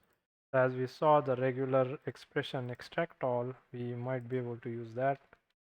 And so we say regular expression underscore extract underscore all, and the column we are interested in extracting is the routes column, and the regular expression that we have is going to be this. We have a comma, and then or we want to use the forward slash, and those are the two things. But if we run this now, what we'll get are the matches for those regular all routes. Take as extracted, and if we now look at the extracted values, we just read the commas. So what we need to do is we need to get everything except these. So what I'm going to do is put these inside of the square brackets, and then put this caret up there, and then we need to escape this particular comma, because that's what we are going to search for, and this is the regular comma that is separating this comma and the forward slash. So this should give us, and what this regular expression is now doing is inside of square bracket, when we begin with the caret, is match everything except these two. Well, these two is the comma and forward slash. So now we get these nicely separated routes, as you can see, with the D and R in separate. They look like a separate rows, but they are in the same row. As you can see, this is row 1, this is row 2. They are in the same cell. And to make this more clear, if you look at the JSON, here is what you can see. It is now an array like, so in Python, if you remember list, so it's similar to that. We have DNR. These are now nicely separated. It's not just a string. And on this, then we should be able to use the method to calculate the length of the array. But for example, if you were wondering what happens if we try group by, so you can try that. You could say station underscore name, and then say count count extracted. So that is going to be, let's call this as number of routes per that station, and this is going to be from the output table, which is this one from, and here we do that, and in this output table we see this is what we have. We have my mistake, we need to do a group by. If you do a group by on station underscore name and come back here, run this, we expected end of but got a plus sign. Again my mistake. Go one up, run this. As you'll see, we get a count of just one because there is just one array in each of these, and that's what it is counting. So the group by doesn't work. What we need instead is something that gets us the number of items in that extracted number of items in the column arrays in the column extracted. For that we can use array underscore length, and now we do not need the group by there. All we need is the array underscore length, and for the same number of rows, 10, limit of 10, we should be able to see the routes. And here we can see that time square, at least in this case, the highest number of routes. What we can do is run this for the entire table, and once we do that, we can sort it. So we can order by num routes, and we'll say descending. So the values, the stations with the highest number of routes would in appear first, and then the values with the least number will appear last. So let's run this. And as you can see, Times Square with the intersection of 42nd Street and 42nd Street, that is the highest. So if we go and look in the map where it is, so uh, here search for Times Square. I'm simply going to type Times Square, and we should get a hit. So that's where we are. That's Times Square, and it's okay. We are at 7th Avenue and and 45th Street. That's where we are. So my question then is, why are we looking at 42nd, but we are on 45th? So 42nd, that's 44, 43, 42. That's the station, Times Square and 42. That's the AMTA. That's where we are, and this is the Times Square Tower. So that's what we are. Now what we can do is look in the map, this one, and try and find where Times Square is here. Times Square, that's where we are, and looks like a lot of uh, routes go through here. We have this this line. This must be the Times Square station here, or because this is for the 34th Street. Yep. So it has to be this one, and that's the 42nd Street. Yes, so it has to be this. So we have the 7, which is so we have the 7, and we have the red line, we have the orange line. But okay. Here we have Times Square station, subway 1, 2, 3, 4, 5, 6, 7, 8, 9. So here it says that there are 9 on this map. It says 9, but then if you look at the evening map, maybe there are other routes on. Maybe on the weekend there are other routes that are there. So that's what we have. Times Square, the busiest uh, station, New York, Manhattan, and the least ones are these: 86th Street, and all of these 4343. But minimum, it looks like there are at least uh, three routes, at least for the stations that are listed in this table. Right. So that's how we can find the stations with the highest and lowest number of routes. What else can we find? Daytime routes. Let's see what's in that particular column. It's in stations.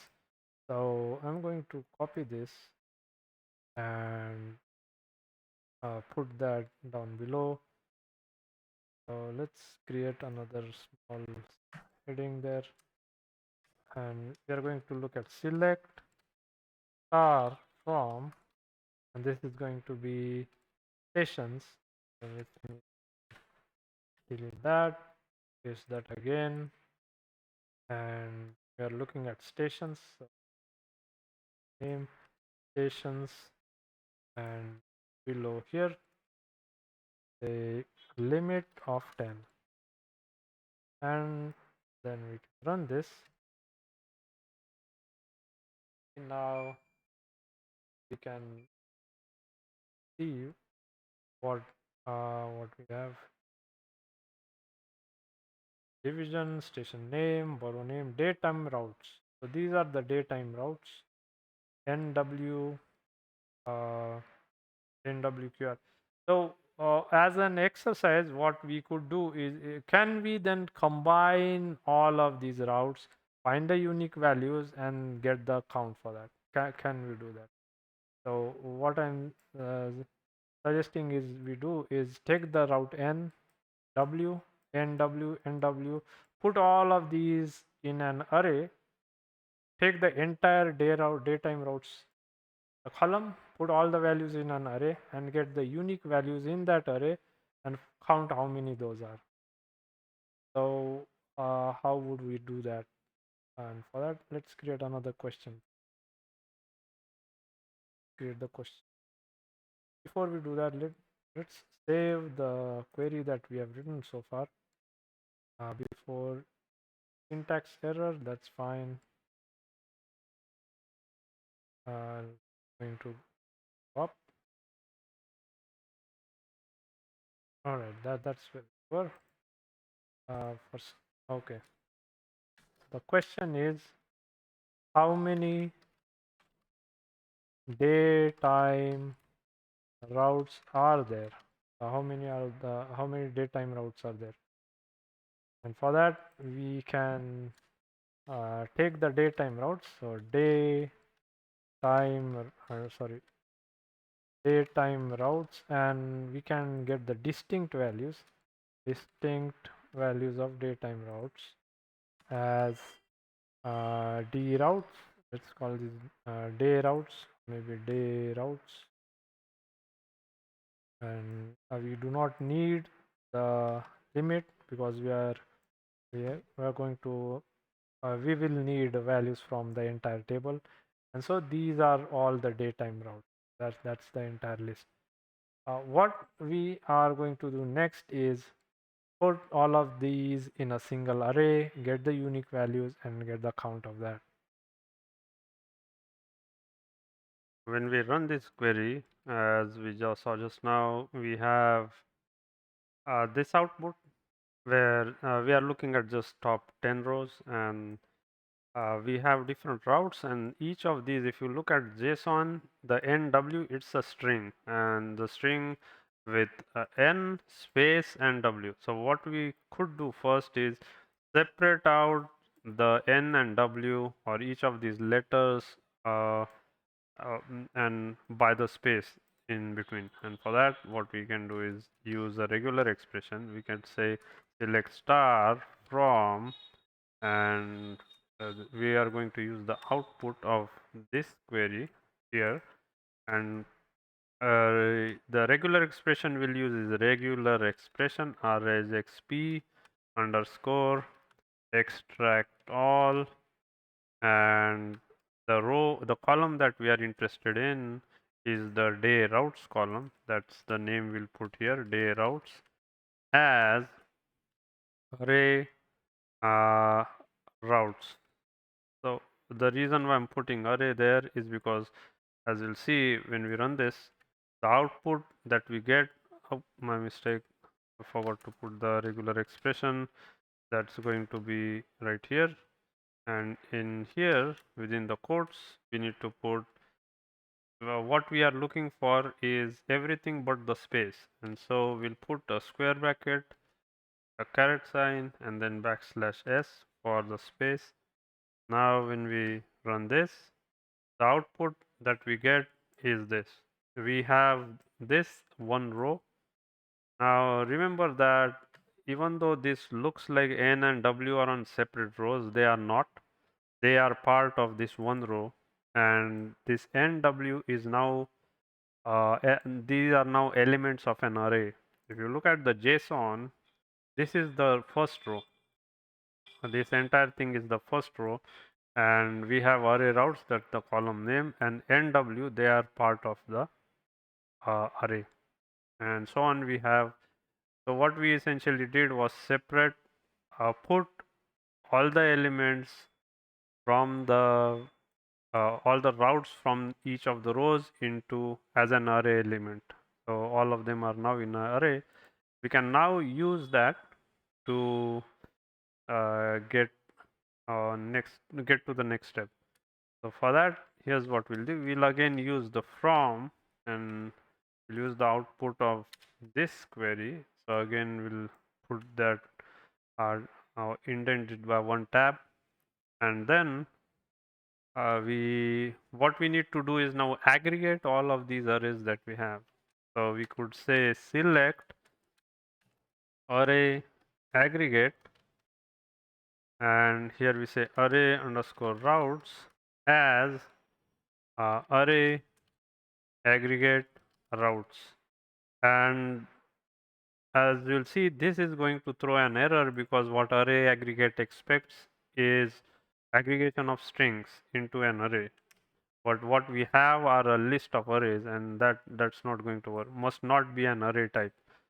So what we need to use instead is array concat agg, and now when we run this, it should put all the values from all the rows into just a single row. So all the values are now part of this single row. This is just one row, and whatever values we see here, those are the elements in the array in row 1. And if you look at the JSON, this is what this is. The green curly braces shows the key value pair for row, the column array aggregate routes, and this is the large array that we created with all the routes in it.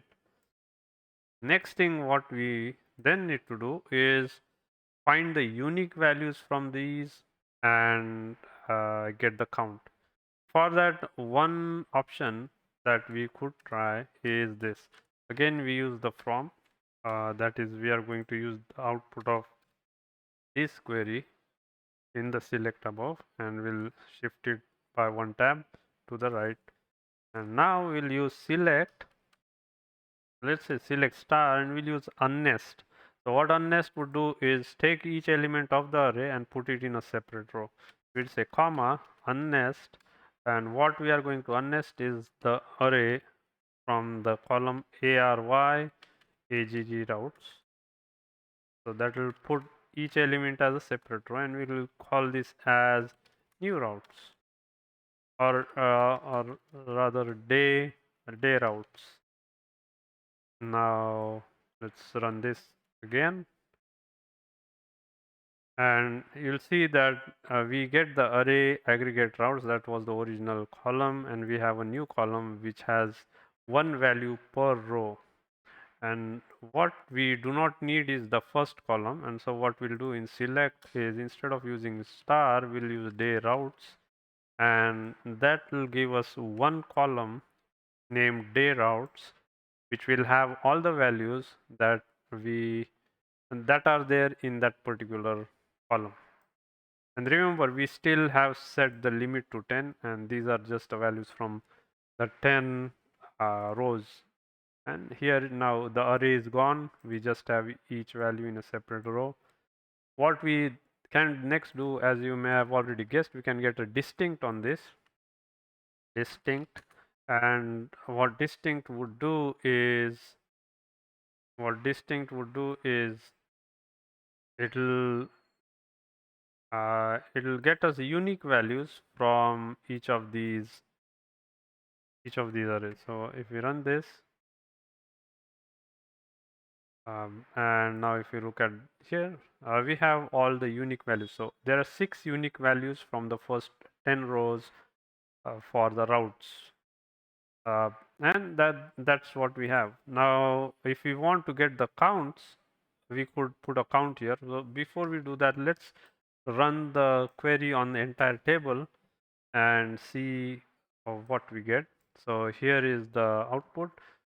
Uh, and we have a total of 24 different routes that are day routes from at least from the column daytime routes that we saw. Now to get the counts, this is something we have done before. We can use count and then put the distinct values inside of it, and then in the output name we can give count day routes. How many day routes are there? We'll get a count of that, and here we can always put the semicolon to end the query, and then run this. So here are the 24. We got the count that there are 24 values in the 24 unique values for daytime routes. If you look at the metro website and subway website, we have ADA accessible stations. in New York City subway. And if you look at the ADA definition, this refers to the Americans with Disabilities Act. So let's write that and see if we can find any information on this. So what stations are have uh, access for disabled passengers?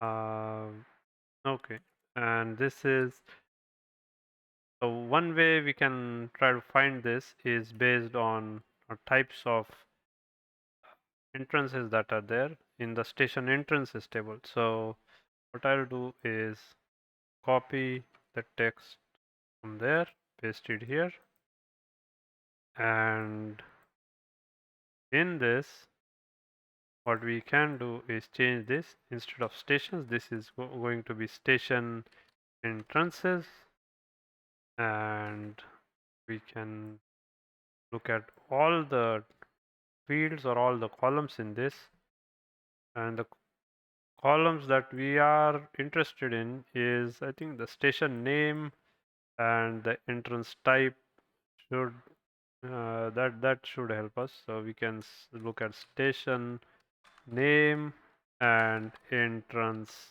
underscore type. So this should give us the values of what types of entrances are there on a particular station, and we can use the distinct. So we get the distinct values without any duplicates. These are different types of entrances at these different stations. Now, one station can have more than one type of entrance. Another thing we can look at is just how many different types of entrances are there.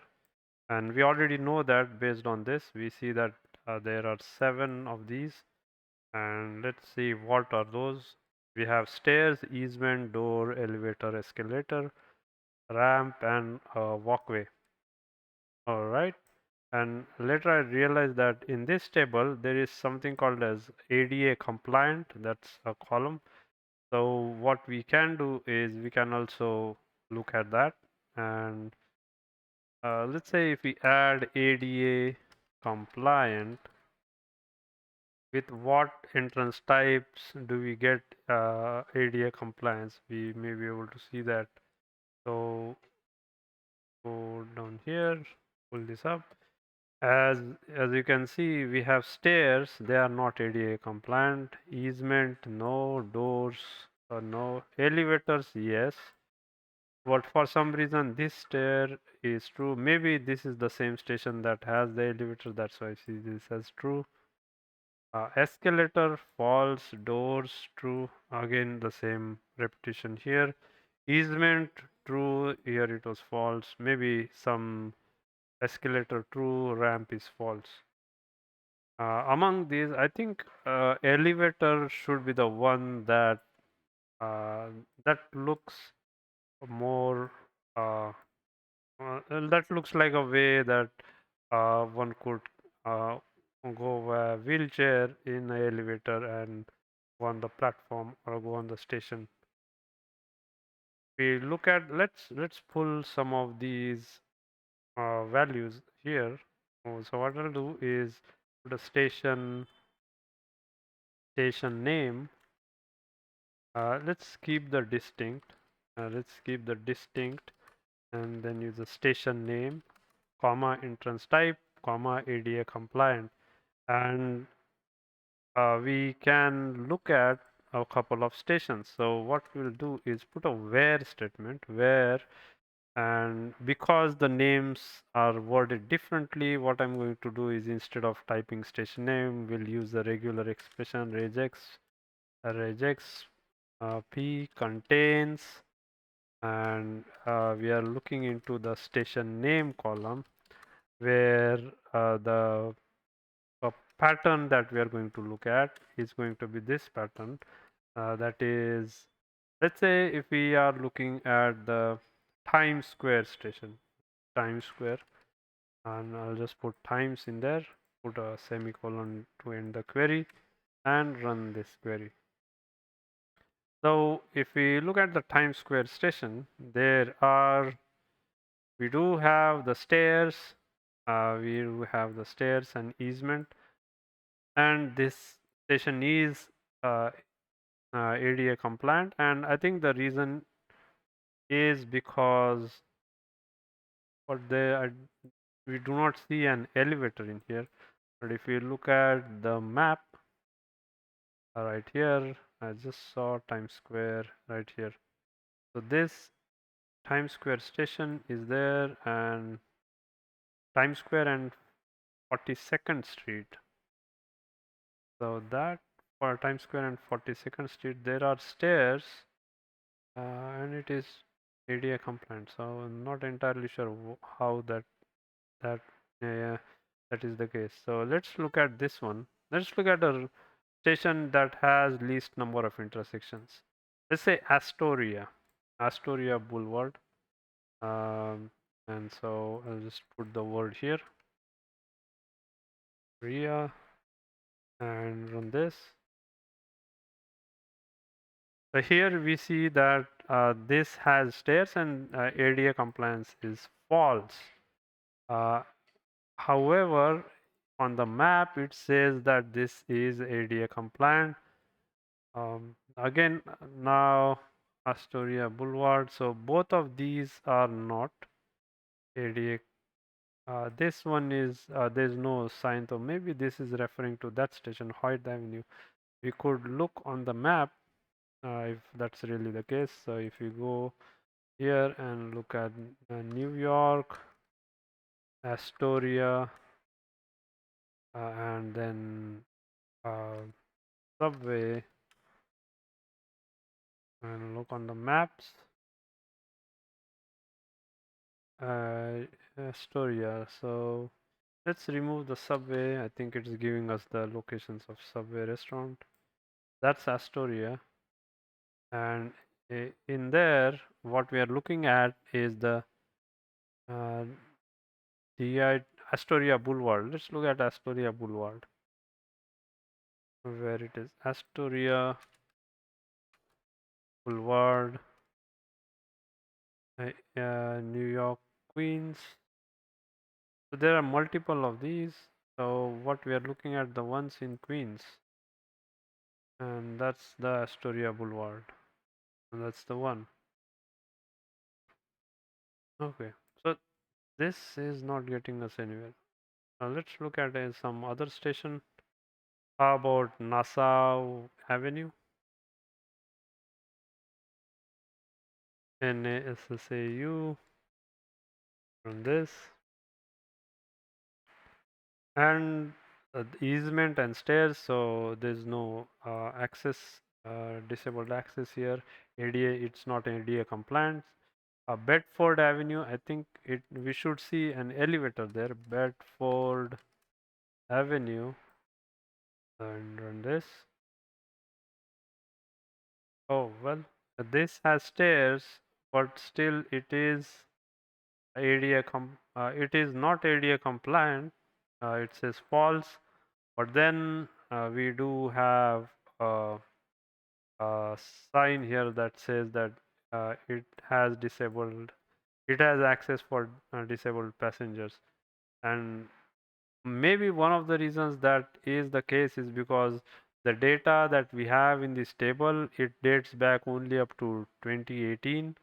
But the maps that we have, they are the updated recent maps, they're 2023. So there's a what 19, 20, 21, 22, 23, 24, 6 years gap. So in 6 years, I'm pretty sure that these stations were upgraded, and this is what exists today. Maybe in 2018, those accesses were not there, but now they are available. So, uh, to some extent, we cannot directly compare the data set with this map to kind of visually see what's going on. Anyways, so the question that we had was what stations have ADA access? And to answer that question, we could simply put a condition here. So we can comment this out and say where ADA compliant is equal to true. Now I'm not sure if this is a boolean or if it's a string. We'll see that now. Yeah, it is a boolean. All right. So these are the stations uh, that has the access to ADA access, and if we remove this, let's comment all of this, or maybe just remove the entrance type and run this again. So we'll just get the unique values for the station names, and these are the stations. There are about 50 stations, or maybe more than that. Maybe more than that. Let's see, put that there, and yeah, we are seeing just 50. There's out of 72, 1 to 50 out of 72. So if we go up to 100, we should see that there are 72 stations that have ADA access in here. So if based on this information, then we could ask other types of questions, and that is if a person wants to go from station A to station B, what would be the best route they can go, where stations have ADA access, and that's going to much more involved questions. Okay, so with this, let's look at if there are any simple questions we can answer. We looked at staff hours. We can look at what stations have staff, and if there are specific types of services you need which requires staff present at the station, then um, uh, what are those stations? What stations have staff? And here we can select. Again, we can use the same uh, set of code. All we need to do is look at. I'm going to remove this line. We do not need the ADA compliance, and we could limit this to 10 rows only. Additionally, we need to look at staff. So distinct and staff. Uh, the number of values, there are 4 distinct values. So let's first look at what are those 4 distinct values, and based on that, then we'll try to reframe the question. There's full, none, special events, and part-time. Right. With this, let's say if we are looking for a full service and we are looking for a station that has full staff, we could put a where statement. So let's comment out this and say where staff is equal to full with a capital F, and we can then put station underscore name comma this and run this again. Oh, so this should have been inside of quotes because it's a string. Run this, and we see that these are the stations: Wall Street, Fulton, Clark, so and so on. So these stations have full staff. So that's all I have for this video. I understand that this has been a long video, but I hope in this video you got some idea as to how to use the SQL, how to write SQL queries to answer simple questions uh, using some of the methods that we looked at, and try and relate the data to get more insight into the data. If you have any other questions, you could try and post them in the comment section below to make this on an ongoing discussion.